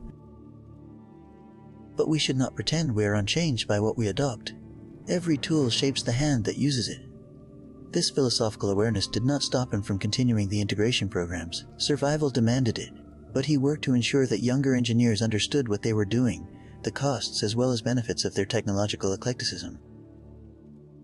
He taught classes on the philosophy of engineering, trying to preserve some sense of Tau aesthetic sensibility even as practical necessity forced departure from it. It was a delicate balance, maintaining cultural memory while adapting to incompatible circumstances. Like all the balances the Velk'han Sept attempted, it was imperfect, unstable, requiring constant adjustment. The Aircast developed perhaps the most poignant relationship with memory and identity. They maintained their ceremonial flights with religious devotion, practicing trade routes that no longer existed, preparing for journeys they would never make. But they also trained new generations of pilots in these ceremonies, teaching them skills for a life those young pilots would never live. It was training for a counterfactual existence, preparation for an alternate timeline where the Empire remembered them and they could be aircast in the traditional sense. Korui Misral, a young pilot learning the ceremonial formations, asked her instructor a question that captured this strange temporality. Why am I learning to dock with ships we do not have, to navigate trade routes that do not exist, to communicate with control systems that are not there? When will I ever use these skills? Her instructor, the aging Korel Yantai, who had defended the ceremonies years before, did not have a satisfying answer. You probably never will, he admitted. These skills are obsolete before you learn them. But in learning them, you become part of a tradition. You connect with pilots who flew these routes centuries ago, with Aircast members across the Empire who still fly them. You are maintaining possibility. Because if the Empire ever does remember us, if contact is ever restored, you will be ready. You will be Aircast, not some provincial defensive force that forgot how to be what we are. Mesral considered this. So we prepare for a future that will probably never come, to maintain an identity that exists mainly in memory, to preserve traditions that have no practical purpose. This seems She paused, searching for the right word. This seems very Tao, actually. Holding to principles despite circumstances, maintaining ideals despite reality. Perhaps we are more authentically Tao than the empire that forgot us, because they had the luxury of taking their identity for granted. We have to fight for ours every day. Yantai smiled at that observation. It was a sad smile, but genuine. Perhaps you are right. Perhaps being forgotten has made us more Tao than being remembered ever could. There is irony in that. Or tragedy. I am never quite sure which. This conversation, recorded and shared throughout the Sept, captured something essential about their psychological state.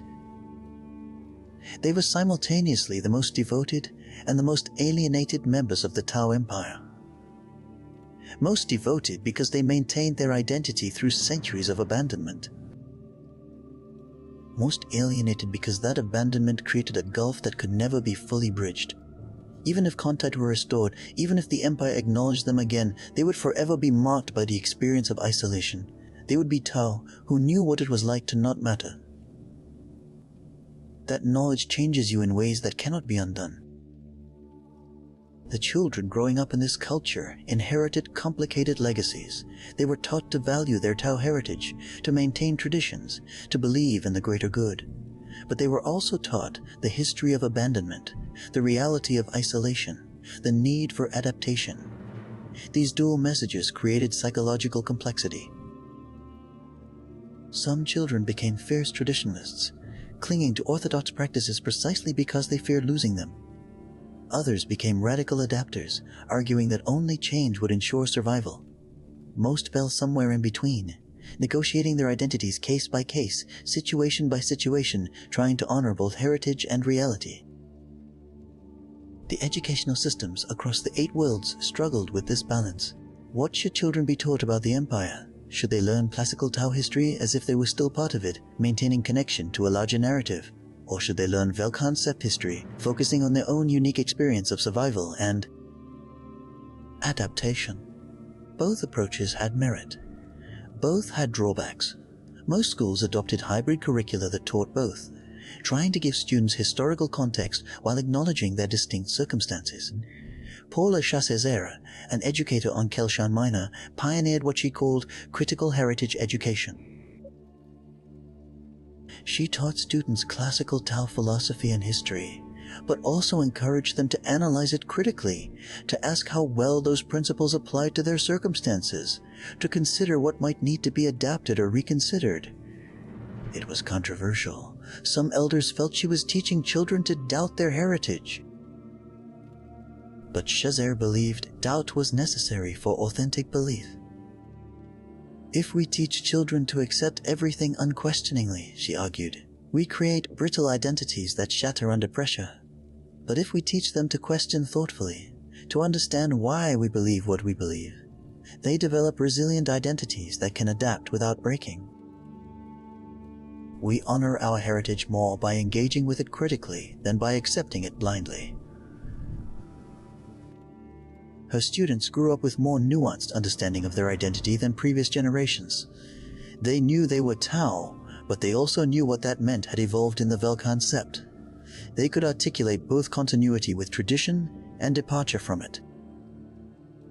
They were comfortable with complexity, with holding multiple truths simultaneously. Whether this sophistication was strength or confusion remained an open question. But it was undeniably different from the simpler certainties their grandparents had possessed. The Necron threat evolved in ways that suggested disturbing intelligence. The machines began targeting not just populations and infrastructure, but culture. They struck at archives, museums, educational facilities, places where the Velk'han Sept stored their memory and heritage. It was strategic brilliance of a sort. Destroy a people's history, and you destroy their identity. Even if populations survive, they become unmoored, disconnected from the past that gave them meaning. The Necrons were attempting cultural genocide as a precursor to physical genocide. This targeting forced desperate preservation efforts. Archives were distributed across multiple worlds, information redundancy becoming cultural survival strategy. Digital records were backed up obsessively. Physical artifacts were catalogued, photographed, their significance documented in case the originals were lost. The Velk'han Sept was creating a distributed memory, ensuring that even if individual worlds fell, the collective history would survive somewhere. Fiola Kezara, an archivist on Dalith Secundus, named for the evacuated Dalith miner, maintaining that world's memory through nomenclature, dedicated her life to this work. She understood that she was not just preserving data, she was preserving identity itself. "We are what we remember," she wrote in her mission statement. If we forget who we were, we cannot know who we are. The Necrons understand this. They attack our memory because destroying our past destroys our future. We must preserve what we were so we can decide what we will become. Her archives became almost sacred spaces, visited by pilgrims seeking connection to their heritage. People would come to look at artifacts from abandoned worlds, to read accounts of ancestors who had died defending places that no longer existed, to maintain psychological connection to a history that felt increasingly distant. These visits were part memorial, part identity maintenance, part desperate assertion that their past mattered even if no one outside the Sept remembered it. The preservation efforts revealed interesting patterns in what people chose to remember. Some focused on military achievements, preserving records of battles won, enemies defeated, heroic sacrifices. Others emphasized cultural accomplishments, art, philosophy, scientific discoveries. Still others collected mundane details, recipes, daily schedules, correspondence between friends. Each type of memory served different psychological needs. Military records affirmed that they had fought well, that their struggle had meaning. Cultural records proved they were civilized, not just survivors but sophisticated beings worthy of respect. Mundane records humanized their ancestors, made them real rather than legendary. Kezara collected it all without judgment.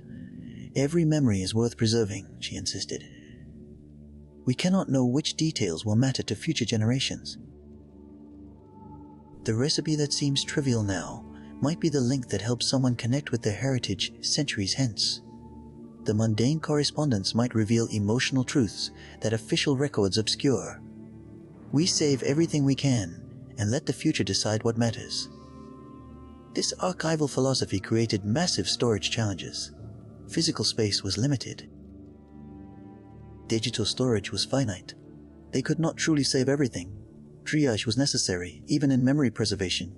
Kezara developed priority systems, materials unique to specific worlds rated higher than materials widely distributed, primary sources higher than secondary accounts, older records higher than recent ones on the assumption that recent history would be remembered through living memory.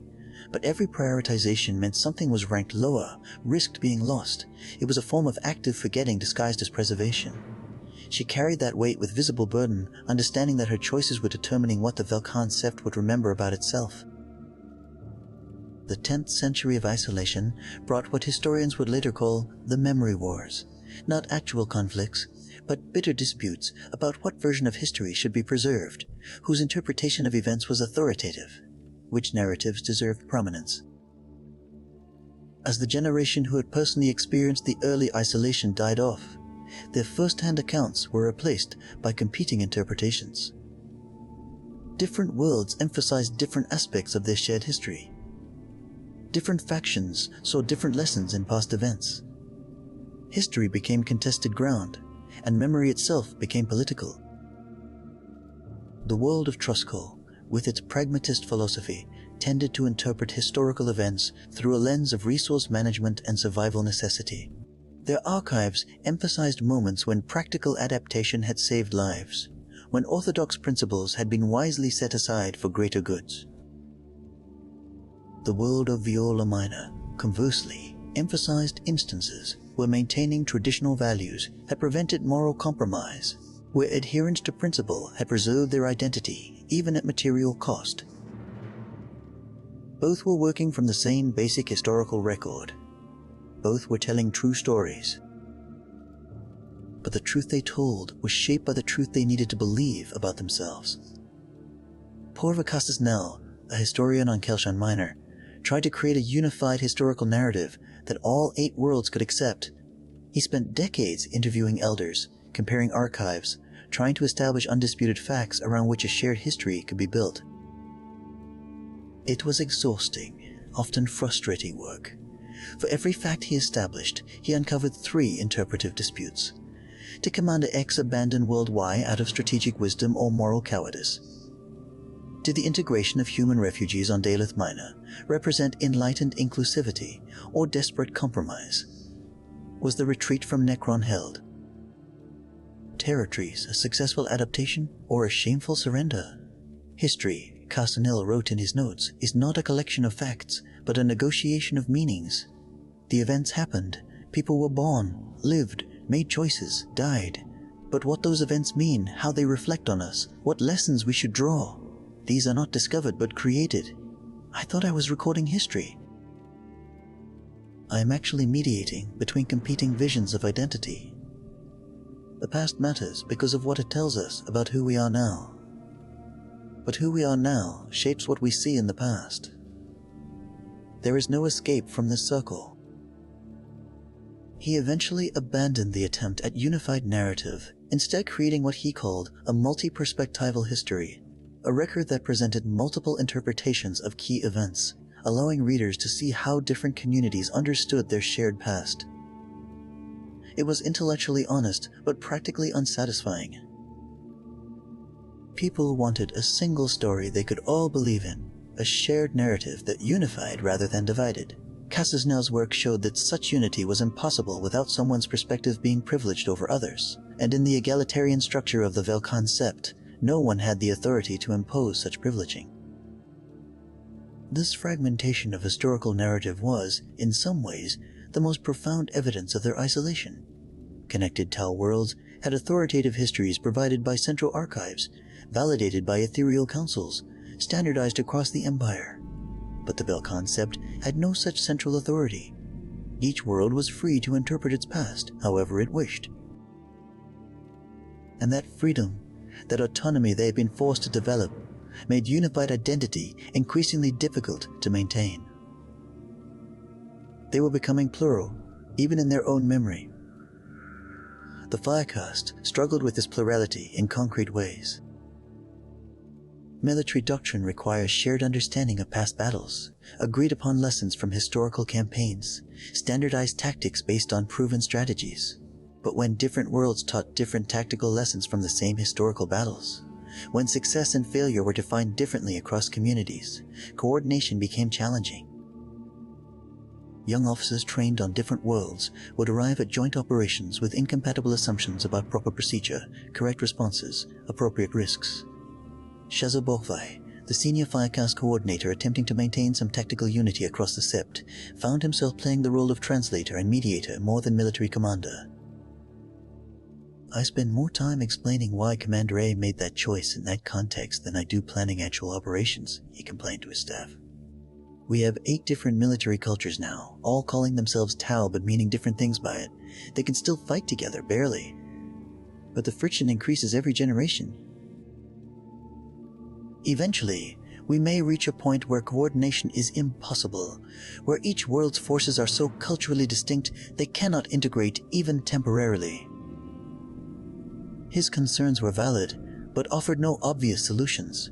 You cannot force cultural uniformity without authoritarian power that the Velk'han Sept did not possess and did not want to develop. But you also cannot maintain effective military coordination across radically different cultural frameworks. It was another impossible balance, another problem without clean resolution. They managed it through personal relationships, through commanders who made effort to understand each other's contexts, through patience and goodwill. But these were fragile foundations for military cooperation. They worked until they did not, and eventually they would not. The Watercast developed specialized roles as cultural translators, helping different worlds understand each other's perspectives and find workable compromises. It was necessary work, but also somewhat depressing work. They were managing decline. mediating between communities that were slowly drifting apart, trying to maintain connections that were naturally dissolving under the pressure of isolation and differentiation. Every compromise they brokered was also an acknowledgement that the perspectives requiring compromise were diverging. Poor El Chasnel, working in this capacity, described it as hospice care for collective identity. She continued, "We cannot prevent the death of unified Velk'han culture. That death is already happening, has been happening for centuries. What we can do is make the dying easier, less painful, more graceful. We can ensure that when we do finally fragment into 8 separate cultures, we do so without bitterness, without violence, with memory of having been one thing even as we become many things. That is success now, not preservation, but graceful dissolution." It was a bleak assessment, but difficult to refute. The forces pulling the 8 worlds apart were stronger than the forces holding them together. Shared history was fading into contested memory. Shared identity was fracturing into local variations. Shared purpose, survival against the Necrons, remained, but even that was experienced differently across different worlds. Velk'han Sept, with its multi-species military, fought very different battles than Viola Minor with its orthodox firecast. They were defending themselves from the same enemy, but doing so in ways that reflected increasingly incompatible values. Yet something interesting happened in response to this recognition of drift. Rather than accelerating fragmentation, acknowledging it somehow slowed it. Once people stopped pretending they were still fully unified, once they accepted that differentiation was natural and perhaps inevitable, they relaxed. The desperate clinging to artificial unity eased, and in that easing, they found new forms of connection. Not the connection of identical identity, but the connection of mutual respect between different identities that shared common origin. The world of Velk'han Sept pioneered what they called Federation consciousness, the idea that they could be 8 distinct cultures federated for mutual benefit rather than one culture desperately trying to stay uniform. It was reframing rather than revolution, but the psychological shift was significant. They were no longer the Velk'han Sept trying to maintain unity despite differences. They were 8 distinct Velk'han cultures choosing to cooperate because cooperation served all their interests. The difference seemed subtle, but it mattered. One framework made difference a problem to be overcome. The other made difference a natural state to be managed. Andre Kesmara, the ethereal who had led them through so many previous crises, initially resisted this reframing. Her entire identity was built around unity, around the greater good as collective harmony. Federation consciousness seemed like surrender, like accepting defeat in their struggle to maintain authentic Tau civilization. But she was also pragmatic enough to recognize when her instincts were wrong. If trying to maintain artificial unity was creating conflict while accepting natural differentiation created peace, perhaps her assumptions needed adjustment. She gave a speech that became famous throughout the Sept, broadcast to all 8 worlds simultaneously. "I have believed," she said, "that our duty was to preserve what we were, to remain unchanged despite circumstances, to prove our loyalty by maintaining perfect fidelity to Tau principles as they existed when we were abandoned. But I was wrong. Or not wrong exactly, but incomplete in my understanding. We honor the greater good, not by refusing to change, but by applying its principles wisely to our circumstances. And our circumstances demand that we accept differentiation, that we become 8 flowers from one seed rather than one flower trying not to bloom. This is not betrayal, this is growth."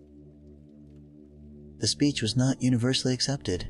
Some saw it as validation of their long-held belief that adaptation was necessary. Others saw it as an elder giving up, surrendering to forces she should have continued resisting. But it shifted the conversation. After Kesmara's speech, advocating for differentiation was no longer automatically seen as disloyal. It became one legitimate position among several.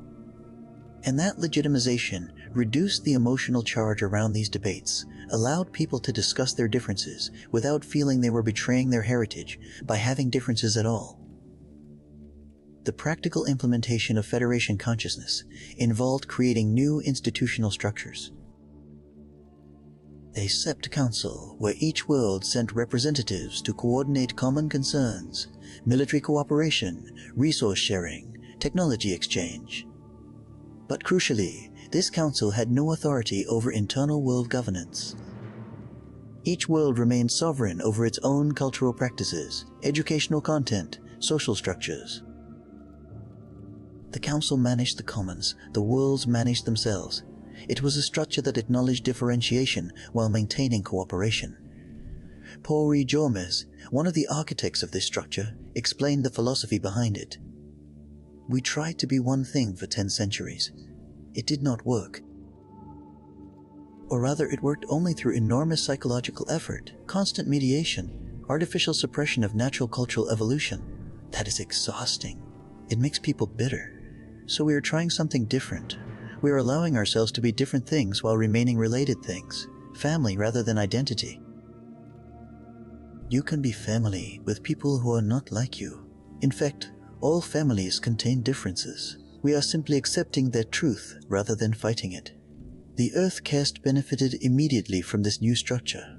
Technology sharing became easier when it was not freighted with ideological significance. Velk'han Sept could share their heterodox engineering solutions without being accused of corrupting Tau principles, because each world was free to adopt or reject those solutions based on their own priorities. Viola Minor could maintain their orthodox engineering standards without being pressured to accept adaptations they found philosophically troubling. Everyone could be right in their own context. The Federation structure created space for pluralism, but there were losses too. The younger generations growing up under Federation consciousness had weaker connection to the idea of the Tau Empire than their parents. For them, the Sept was not one piece of a larger empire, but 8 worlds that happened to cooperate. The empire itself became almost mythological, a creation story that explained their origin, but had little relevance to their daily existence. They learned about it in history classes, understood they were descended from it, but did not identify with it the way previous generations had. They were Velk'han, not Tau. Or perhaps Velk'han, Tau, a hyphenated identity that acknowledged dual heritage without privileging one element over the other. This shift horrified some elders. Pauvre Tassen, now old herself, watched younger water caste members conducting diplomacy between Sept worlds using protocols they had developed locally rather than classical Tau diplomatic forms. She saw them succeeding, achieving their objectives, maintaining peace and cooperation. But the methods were wrong, at least by orthodox standards. And if the methods were wrong but the outcomes were right, what did that say about the value of orthodoxy?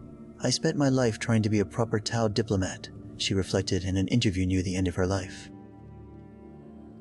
I studied the classical texts. I practiced the traditional forms. I maintained standards I believe were essential to our identity. And these young people, they do not know those texts. They have invented their own forms. They have created new standards. And their diplomacy works. Perhaps better than mine did, because they are not constrained by reverence for traditions that were designed for different circumstances. I should be proud of their innovation. But I feel loss. Because what they have created, however effective, is not Tau diplomacy. It is something else. Something new. And I mourn the old thing even as I recognize the new thing's value. This melancholy ran through the elder generation like a thread connecting scattered experiences. They had spent their lives maintaining Tau identity in isolation, and they had succeeded in a way.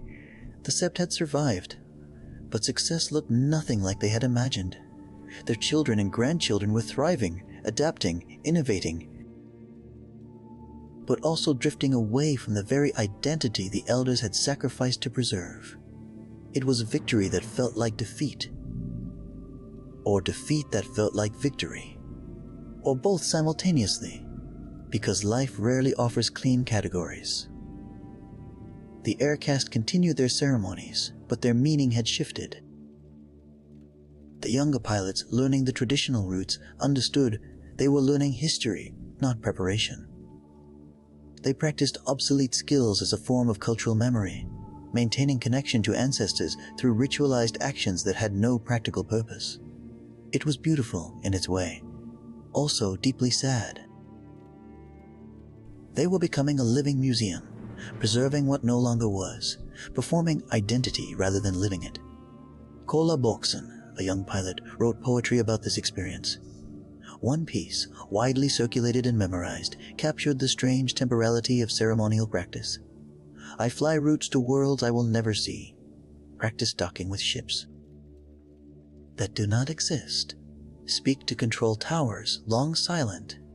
My hands know motions made by ancestors, who flew real routes to real worlds, When being aircast meant more than ceremony. I am performance of a memory.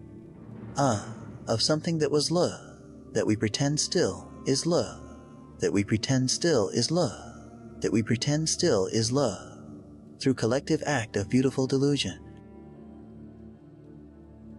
We maintain the ghost of what we were and call it preservation. But ghosts do not live, they only haunt.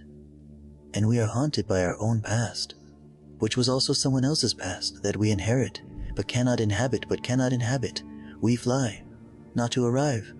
That once we departed, to remember. That once we departed, to somewheres mattered, when movement had purpose, which was also somewheres mattered. Poem was controversial. Some saw it as beautifully capturing their existential situation. Others saw it as defeatist, nihilistic, abandoning hope too easily. But everyone recognized its emotional truth. They were going through motions that had lost their original meaning, maintaining forms after function had departed. And whether that was noble preservation or futile pretense remained open to interpretation. The Necron threat had reached a kind of equilibrium. The 8 worlds were beyond the operational range of the Tomb World's forces. Occasional raids still occurred. Necron technology apparently allowed some units to push past normal range limitations, or perhaps new tomb complexes were awakening closer to Velk'han territory. But these raids were manageable, repulsed without catastrophic losses. The existential crisis had become chronic condition. They were not winning, but they were not losing either. They existed in the space between triumph and defeat, that gray zone where most of life actually occurs. This equilibrium created its own challenges. When survival is uncertain, unity comes naturally. But when survival becomes routine, old tensions resurface. Different worlds begin competing for resources, prestige, influence within the Sept Council. Not violently. They were too sophisticated and too aware of their vulnerability for violence. But through political maneuvering, through economic competition, through cultural one-upmanship, they were developing normal civilization problems, which meant they were becoming normal civilizations rather than a desperate collective fighting for existence. The 11th century of isolation brought visitors, not from the Tau Empire. That hope had long since faded into wistful impossibility, but from elsewhere. A rogue trader vessel, fleeing Imperial authorities, stumbled into Velk'han space through a warp jump that had gone catastrophically wrong. The humans aboard were desperate, damaged, their ship barely holding together. They expected hostility, perhaps death. Instead, they found the world of Kelshan Minor and Poa Lakais offering them sanctuary. The decision to shelter these refugees was controversial. They were Imperial humans, theoretically enemies of the Tau Empire. They brought no resources, only needs. Their presence risked attracting Imperial attention that the Sept could not afford.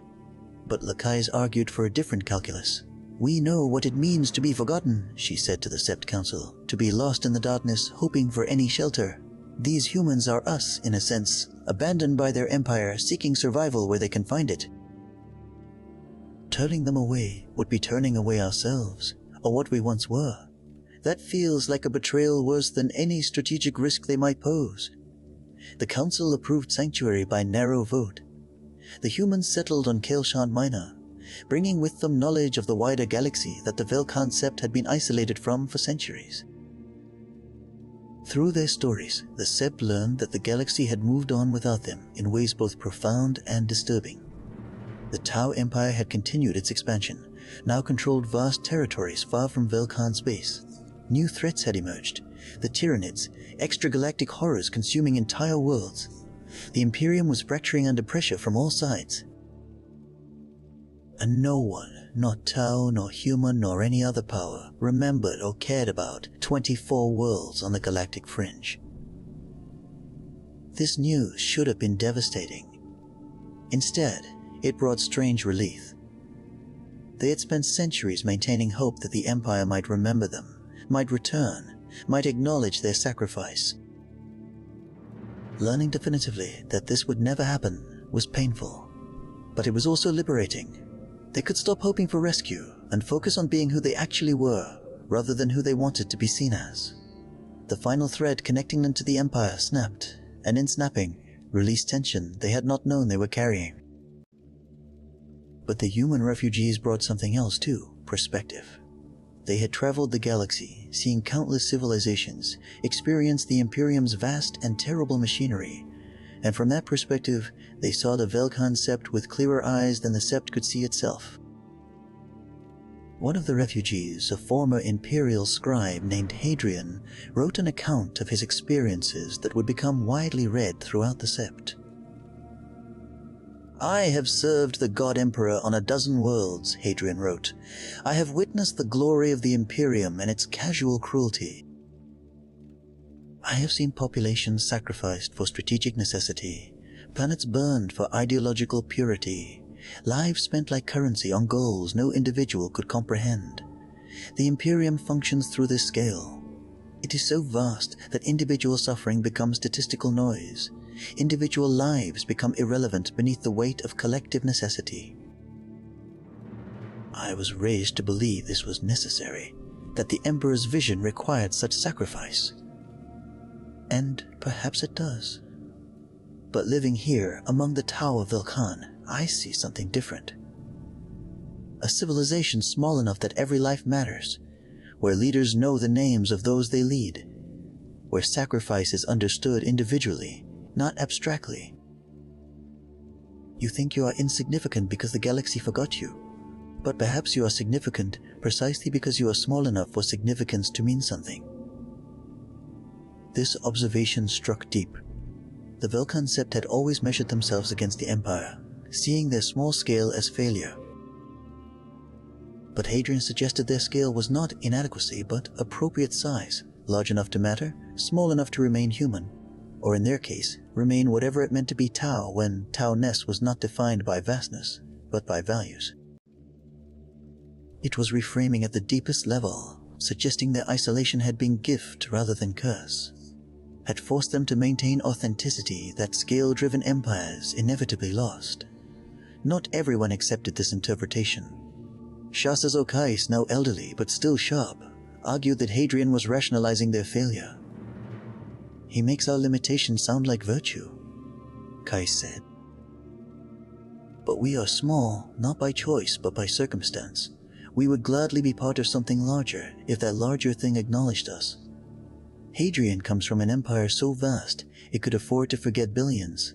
We come from an empire that forgot hundreds of thousands. The scale is different, but the abandonment is the same. An abandonment is not a gift. It is trauma. Pretending otherwise is just sophisticated denial. The debate between these perspectives, isolation is curse versus isolation is strange blessing, occupied philosophers throughout the Sept for years. Perhaps both were true. Perhaps the same condition could be simultaneously traumatic and liberating, damaging and refining. Human experience is rarely pure in its qualities. The same event can wound and strengthen. The same circumstance can destroy and create. The Velk'han Sept existed in that ambiguous space, and any attempt to simplify their experience into a single emotional category was probably false. The human refugees integrated slowly into Sept society. Some worlds welcomed them more readily than others. Montka Sept, with its long tradition of multi-species cooperation, absorbed them almost seamlessly. Viorla Minor was more reluctant, seeing them as dilution of Tau culture. But over time, over generations, they became simply part of the fabric. Their descendants learned Tau language, adopted some Tau customs, but maintained pieces of their human heritage.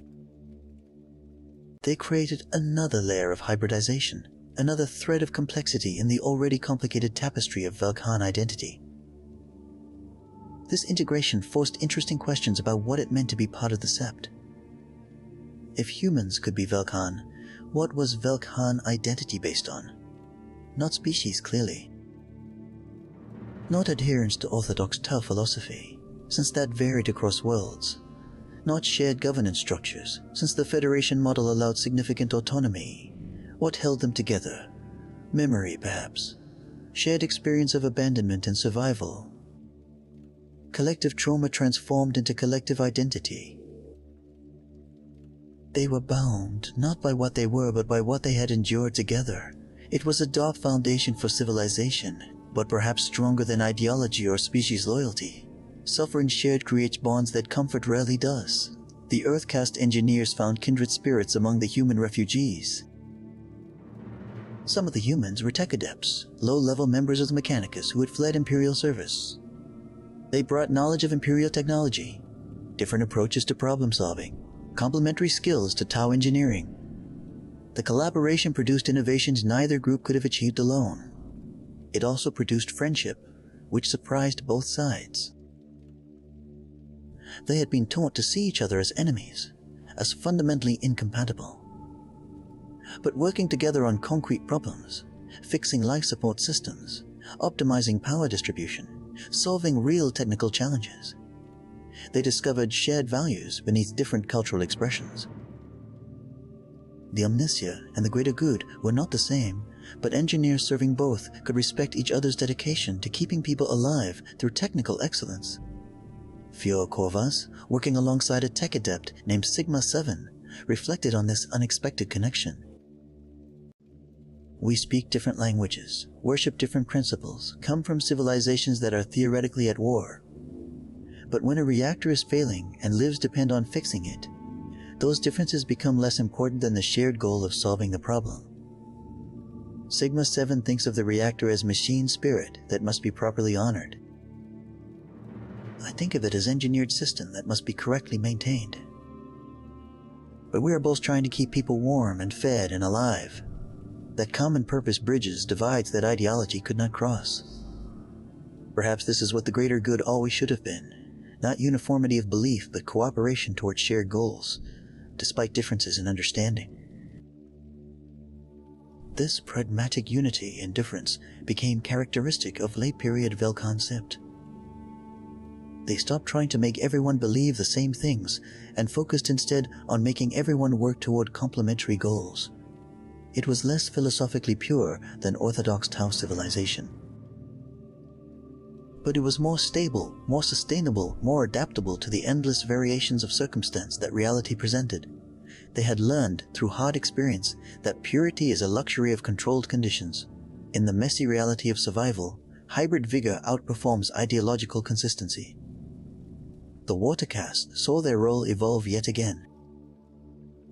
With human populations integrated and occasional other refugees finding their way to Velk'han space. Orc deserters who were tired of fighting, Kroot who had lost their kindreds, even a few Eldar exiles seeking isolation. The diplomats became cultural translators operating constantly. They mediated not just between Velk'han worlds, but between species, philosophies, entirely different ways of understanding reality. It was exhausting work, also fascinating work. They were building something genuinely new, a multi-species civilization that was not empire, not melting pot assimilation, but something more like mosaic, distinct pieces, maintaining their character while contributing to larger pattern. Povri Kosnan, working in this capacity, described it as diplomacy without power. She explained, traditional diplomacy operates from positions of strength. You negotiate because both parties have something to offer or threaten. But we have no power to offer or threaten. We can only appeal to shared interest in survival, to common recognition of vulnerability, and somehow that works better than power ever did. When everyone admits they are weak, cooperation becomes natural rather than calculated. We are building community not despite our weakness but because of it. That feels important, though I cannot fully articulate why. This brings us to the fourth and perhaps deepest layer of irony in the Velk'han Sept story. They had been forgotten by their empire as punishment. Effectively, not intentional punishment, but abandonment. that felt like judgment of their worth. Yet that abandonment forced them to develop forms of cooperation, authenticity, and practical wisdom that the Empire itself had never achieved. They became, in their isolation, more faithful to the founding ideals of the greater good than the Empire maintaining those ideals through force and propaganda. They were the truest Tau precisely because they were no longer properly Tau at all.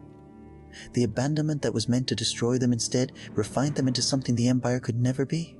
Small enough for individual lives to matter, diverse enough for difference to be normal, weak enough for cooperation to be necessary rather than optional.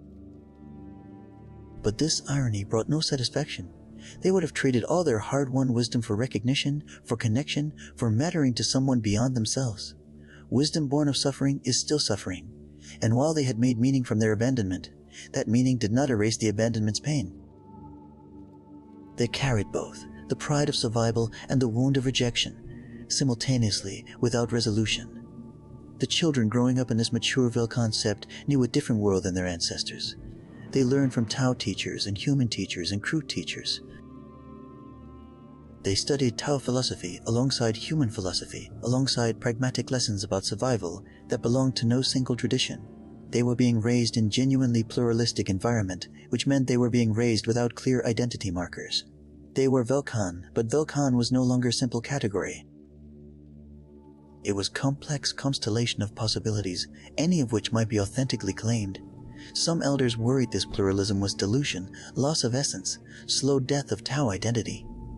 Others saw it as evolution, adaptation, necessary development. Lakai's, now quite elderly herself, offered a third perspective. Perhaps identity is not thing you have, but thing you do, she suggested. We keep asking what are we, as if there is static answer. But maybe we are what we choose to be in each moment, through each action. Sometimes we are Tau, sometimes we are something else, sometimes we are both, or neither, or something that has no name yet. And all of that is acceptable, because identity is process, not possession. This processual understanding of identity was intellectually sophisticated, but emotionally unsatisfying. People want to know what they are, not to continuously negotiate what they might be. But the Velk'han Sept did not have the luxury of simple identities anymore. They were too mixed, too adapted, too changed by centuries of isolation. They had become something that existed only as themselves, that could only be understood on its own terms, rather than by reference to something else. They were post-Tau, post-imperial, post-everything. They were Velk'han, and Velk'han meant whatever they made it mean through their living of it. The Necron threat had diminished further, the tomb worlds apparently having exhausted their active units or shifted focus to other prey. Occasional raids still occurred, but were increasingly rare. The Sept had achieved something almost like peace. Not security. They could never be secure, too vulnerable, too isolated. But peace in the sense of not actively dying, not facing imminent extinction, having time to think about things besides immediate survival. And with that peace came the luxury of existential questioning that had been suppressed during crisis. Who were they? What were they building? Why did it matter? Anvra Kesmara, now in her final years, gave a series of lectures attempting to address these questions. They were not answers so much as refined formulations of the questions themselves. "We have survived," she said in one lecture. "That was not certain. For centuries, extinction seemed probable. But we survived. Now we must decide, for what purpose did we survive? To maintain Tau civilization in miniature? We have failed that, clearly. We are no longer properly Tau by any orthodox standard. To build something new? We have done that, but accidentally, not through clear vision. We have adapted, improvised, survived. But survival is not purpose. It is preconditioned for purpose. So what is our purpose now that survival seems assured? What are we building? What should we be building? These questions have no obvious answers, but asking them is itself important. A civilization that stops questioning its purpose is already dead, whatever its material conditions. Our lectures were attended by thousands, broadcast across all 8 worlds, discussed extensively. They triggered what historians would later call the Great Clarification, a Sept-wide conversation about collective purpose, about what they were trying to achieve beyond mere continued existence. Different worlds proposed different answers. Velk'han Sept argued for radical inclusion, for building a multi-species civilization that demonstrated cooperation's possibility.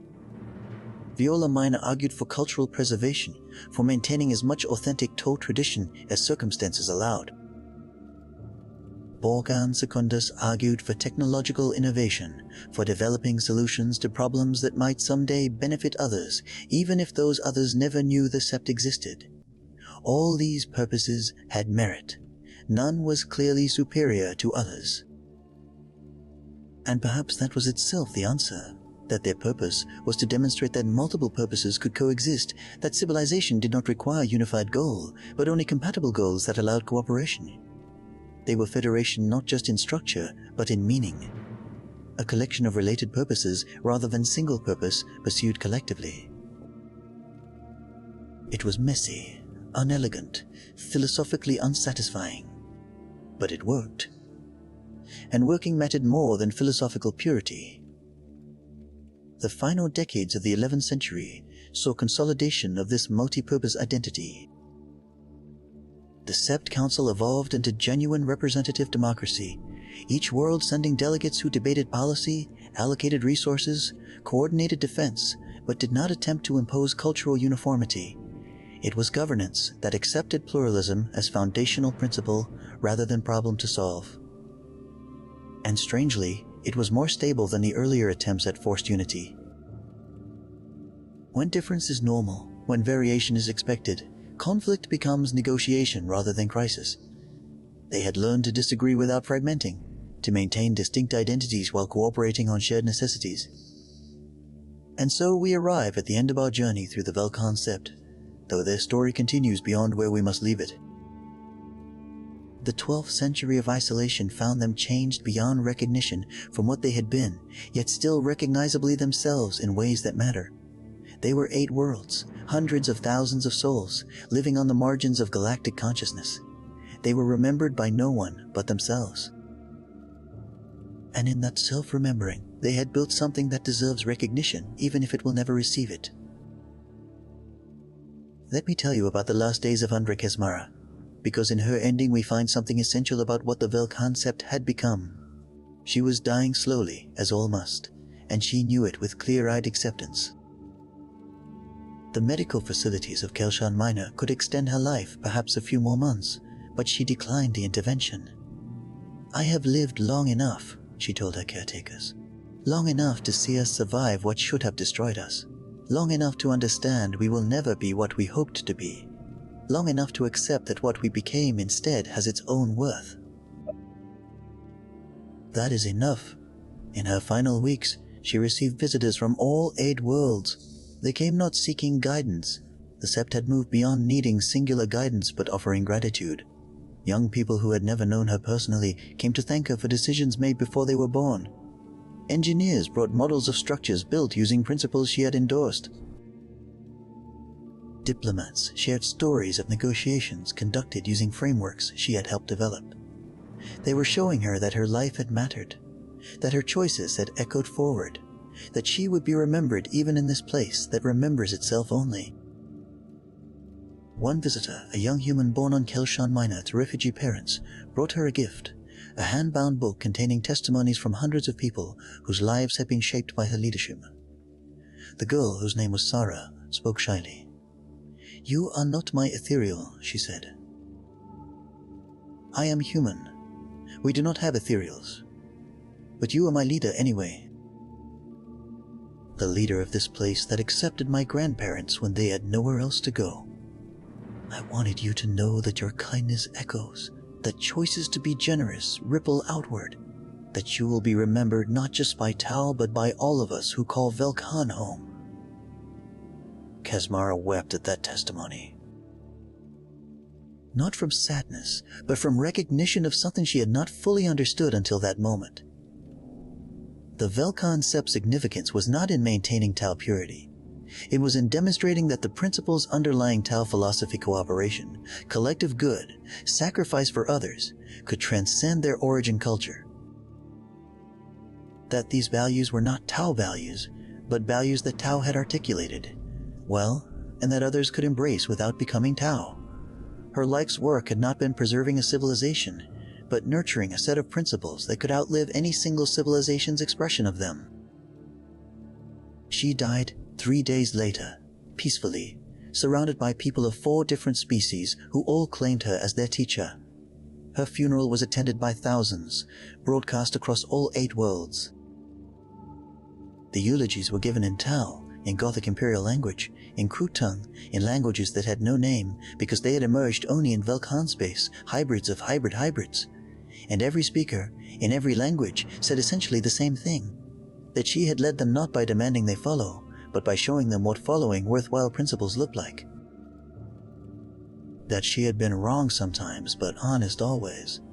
That she had adapted without abandoning, changed without losing herself, maintained principles while acknowledging their complexity.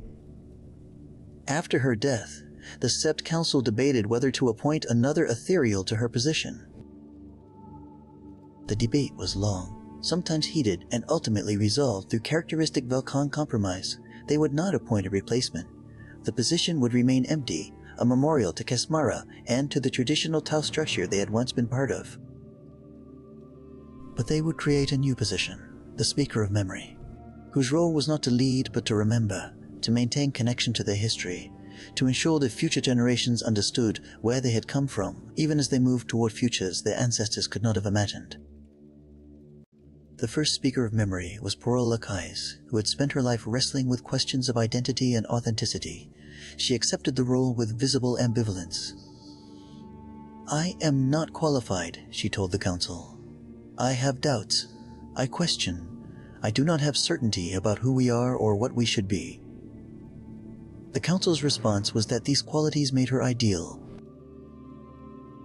They did not need someone with certainty. They needed someone who would preserve their history honestly, including its contradictions, its failures, its moral ambiguities. They needed someone who would tell the truth about who they had been, not create comfortable mythologies. Lakai's first active speaker was to commission a comprehensive history of the Velk'han Sept, not the unified narrative that poor Verkasisnel had failed to create decades earlier, but a multivocal account that preserved different perspectives, contradictory interpretations, unresolved disputes. She called it the memory of differences, and it became the closest thing the Sept had to sacred text. Children studied it not to learn what to believe, but to understand that their ancestors had believed many different things, while still cooperating, still surviving, still building something together. It taught pluralism not as abstract principle, but as concrete practice, demonstrated through historical examples of people who disagreed but endured together anyway. The human refugees and their descendants contributed their own chapters to this history, describing the Velk'han Sept from outside perspective. Their accounts were sometimes critical. They noted rigidities, inefficiencies, blind spots that Tau perspectives missed. But they were also admiring. They had experienced Imperial civilization's vast machinery, its casual cruelty justified by scale. Compared to that, the Velk'han Sept's small-scale attentiveness to individual well-being seemed almost miraculous. "They know your name," one account observed. "The leaders know the names of those they lead. Not all of them, obviously. That would be impossible even here. But enough that namedness is normal rather than exceptional.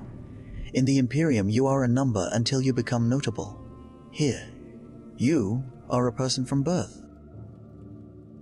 That difference matters more than all their technological limitations." This outside validation helped the Velk'han Tau see themselves more clearly. They had spent so long comparing themselves to the empire they remembered, finding themselves lacking. But comparison to the Imperium, vast, powerful, terrible, made their small scale seem not like failure, but like different values enacted. They were not weak. They were choosing different strengths. Not insignificant, but significant in ways that vast powers could not be. This reframing did not erase the pain of abandonment. Nothing could do that. but it allowed them to see their wound as source of wisdom rather than simple damage. The Necron threat never fully vanished. Occasionally, scouts reported tomb complex activity in the abandoned territories. Sometimes, raiding parties would push past their normal operational range, testing Sept defenses. But these became routine rather than existential. The Sept maintained military readiness, trained warriors, kept watch. But they also built gardens, wrote poetry, raised children, had philosophical debates about the nature of reality. They lived full lives in the shadow of threat, which meant they lived lives not defined entirely by that threat. They had achieved the most difficult balance, maintaining vigilance without succumbing to paranoia, preparing for danger without being consumed by fear. Shasui Borkan, a young warrior who had never seen major combat, wrote about this strange peace. I train every day to fight enemies who rarely come. I am ready for battles that might never happen. Some days this feels absurd, like I'm preparing for a test that was cancelled but no one told me. Other days I understand that the preparation is itself the protection.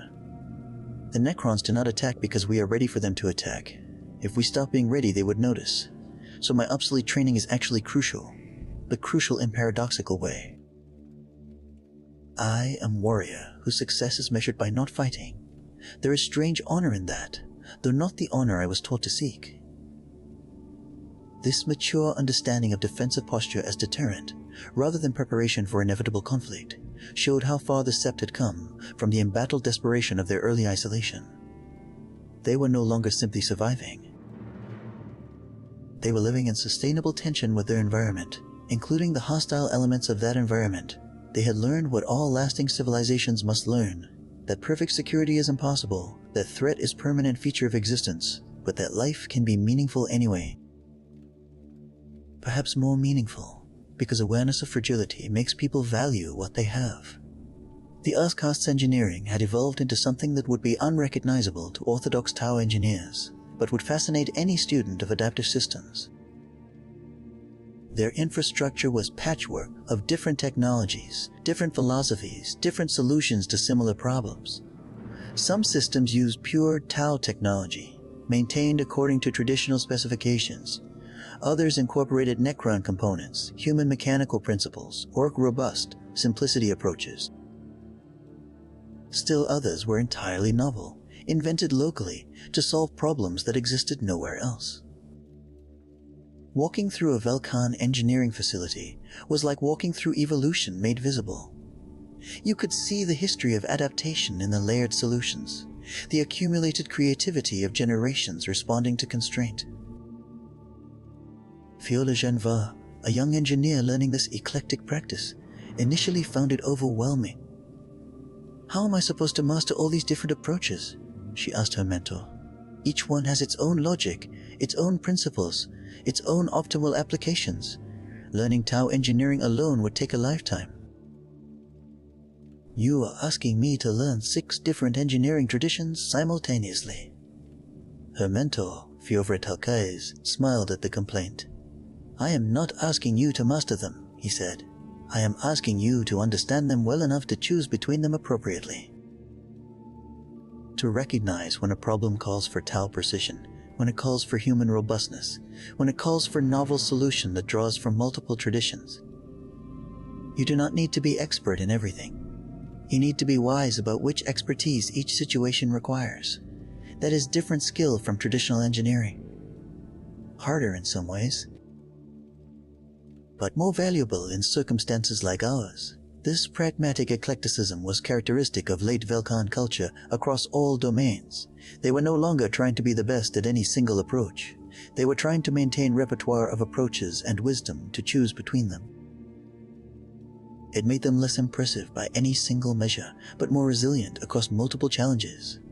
They had traded excellence for adaptability, purity for hybrid vigor. And in their circumstances, that trade was wise, even if it meant abandoning ideals they had once held sacred. The Aircast had finally made peace with their transformed role. The ceremonial flights continued, but they were now understood as cultural practice rather than military preparation. New pilots learned them the way one learns traditional dance, to maintain connection with heritage, to embody history through action. to participate in continuity. But they also trained extensively in their actual role system defense, supply runs between worlds, search and rescue operations. They were aircast, not because they connected the Sept to the broader empire, but because they connected the Sept to itself. They were the threads holding 8 worlds together in practical, daily ways. They made the Federation real through their constant movement, their physical presence, their literal embodiment of connection.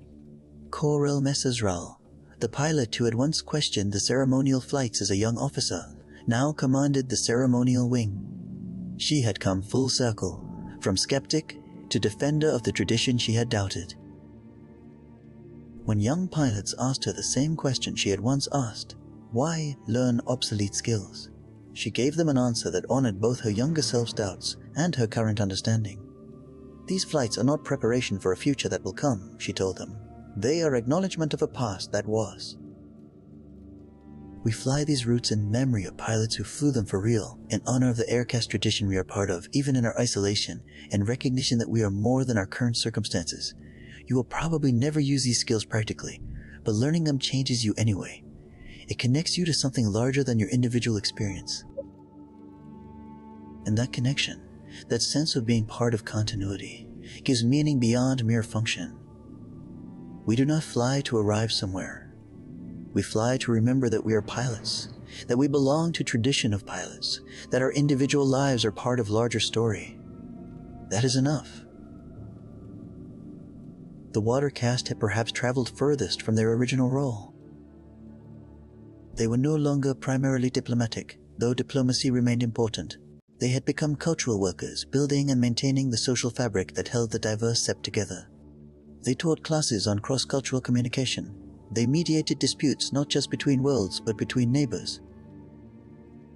They organized festivals that celebrated different traditions, creating shared experiences from diverse practices. They were the active agents of pluralism, the people who made difference workable through constant small acts of bridge building. Pohoi Chasiskor, working in this capacity on Velk'han Sept, described her work as translation of the untranslatable. She explained, I often work with people who see the world in completely incompatible ways. Tao who believe in greater good as cosmic principle. Humans who believe in Emperor as divine force. Kroot who believe in pragmatic survival through adaptability. How do you create cooperation between people whose basic metaphysical assumptions contradict? You cannot convince them all to believe the same thing. Their beliefs are too fundamental to their identities. But you can find practical agreements on specific issues that do not require metaphysical consensus. You translate from abstract beliefs into concrete actions, finding overlap in behavior even when there is no overlap in reasoning. It is exhausting, it is never finished, and it is absolutely essential for communities like ours. This work of practical bridge building, unglamorous and unending, was what actually held the Velk'han Sept together. Not grand philosophy or dramatic leadership, but daily small acts of translation, compromise, mutual adjustment. They were building civilization not through implementing perfect vision, but through accumulated imperfect accommodations. It was messy, inefficient, required constant maintenance. But it was also genuine, resilient, human in the deepest sense. They were living together, not because they agreed, but because they had learned to disagree productively, to maintain difference without descending into conflict. As I tell you this story, as you drift towards sleep, I want you to understand why these forgotten worlds matter. Not because they achieved greatness. They did not. Not because they will be remembered by history. They will not. But because they demonstrated something that all of us, in our own isolated struggles, need to know. That significance is not given by others, but created by ourselves. That meaning does not require recognition. That living well in forgotten places is its own form of heroism, perhaps purer than the heroism that gets celebrated because it expects no reward. The Velk'han Sept asks us a question that has no comfortable answer. What do you do when no one is watching? When your sacrifices go unnoticed, your achievements unrecognized, your very existence unacknowledged? Do you give up, accepting irrelevance? Do you rage against the injustice of being forgotten? Or do you continue doing what you believe is right, simply because it is right, regardless of whether anyone notices? The Velk'han Sept chose the third path. Not perfectly. They stumbled, compromised, sometimes failed their own ideals. But fundamentally, they chose to matter to themselves, even when they did not matter to anyone else. And in that choice, in that stubborn insistence on their own significance despite external dismissal, they achieved something genuinely noble. There is a fourth irony we have not yet named directly, though it has haunted our entire story. The Velk'han Sept survived by abandoning, step by step, almost everything that defined them as Tau. They integrated other species, adapted alien technologies, developed heterodox philosophies, created hybrid cultures. By the end of their story, they were barely recognizable as the orthodox Tau colony they had begun as. Yet in abandoning the forms of Tau civilization, they preserved its spirit more faithfully than the empire itself. They remained committed to collective good, to cooperation across difference, to sacrifice for community. These principles, the core of what the greater good was supposed to mean, they maintained even as they shed the cultural particulars. So were they still Tau? They would say yes. Orthodox Tau would probably say no. And both answers would be true, which is the deepest irony of all. Identity is not about maintaining forms, but about embodying principles. And the Velk'han Sept embodied Tau principles by having courage to abandon Tau forms when those forms no longer served those principles. Let me tell you one final story, a small story that captures everything I have tried to communicate. A human child named Marcus, third generation born on Kelshan Minor, once asked his Tau teacher a question. "Teacher Lassen," he said, "why do we call this the greater good when there are only 8 worlds and a few 100,000 people? That is not very great. Should we not call it the small good? The local good? The good that nobody else knows about?" Teacher Lassen, poor La by training but teacher by profession, thought carefully before answering. "You are right that we are small," she said. "Compared to the Tau Empire, to the Imperium, to the galaxy itself, we are insignificant. A statistical error, a rounding discrepancy in population counts of real civilizations. But Marcus, listen carefully. The greater good is not great because of how many people it includes. It is great because of what it asks of each person it does include. It asks you to care about more than yourself, to sacrifice for others, to build something larger than your individual life. That is great regardless of scale. 8 worlds or 800 worlds, the moral demand is the same. The difficulty is the same. The nobility is the same. We are not the small good. We are the greater good achieved by small numbers, which is, perhaps, harder and therefore more impressive than greater good achieved by vast numbers. Anyone can be generous when they have abundance. We must be generous with scarcity. That is greatness." Marcus thought about this.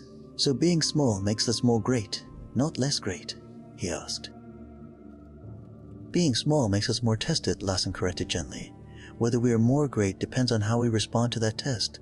But yes, in a sense, our greatness is proven by our smallness. Because we continue choosing collective good even when no one witnesses our choice, no one rewards it, no one even knows we exist. That is choosing right for its own sake, which is the purest morality. That conversation happened 3 years ago, in the 12th century of isolation. The Velk'han Sept continues, I presume, though I have no current information about their circumstances. They may thrive. They may struggle. They may have been destroyed by Necron resurgence, or discovered by the Imperium, or found some other fate I cannot imagine. But their story, the story I have told you tonight, is complete in itself. Because it is not about outcomes. It is about the quality of their struggle, the nature of their choices, the meaning they created in circumstances that should have destroyed meaning. You are falling asleep now, I can tell. Your breathing has slowed, deepened. The story of the Velk'han Sept will follow you into dreams, I hope. Not as nightmare, though their story has dark passages, but as meditation. As question posed to your unconscious. What would you do if forgotten? How would you maintain meaning when no one validates it? What principles would you hold when no one notices? These are not academic questions. We all face smaller versions of them daily. We all live in partial obscurity, our struggles noticed by few, our achievements recognized incompletely if at all. The Velk'han Sept shows us, in extreme form, what we all must learn. That we create our own significance. That meaning is internal before it is external. That living well in obscurity is nobler than living poorly in spotlight. Sleep now. Dream of 8 worlds on the galactic fringe, living lives that matter profoundly even though they matter only to themselves. Dream of warriors who fight battles no one records, engineers who build marvels no one celebrates, diplomats who create peace no one notices.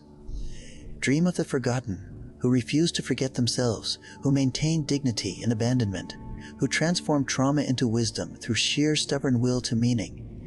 And when you wake, perhaps you will remember. Perhaps you will carry forward the lesson of the Velk'han Sept, that significance is not given but created.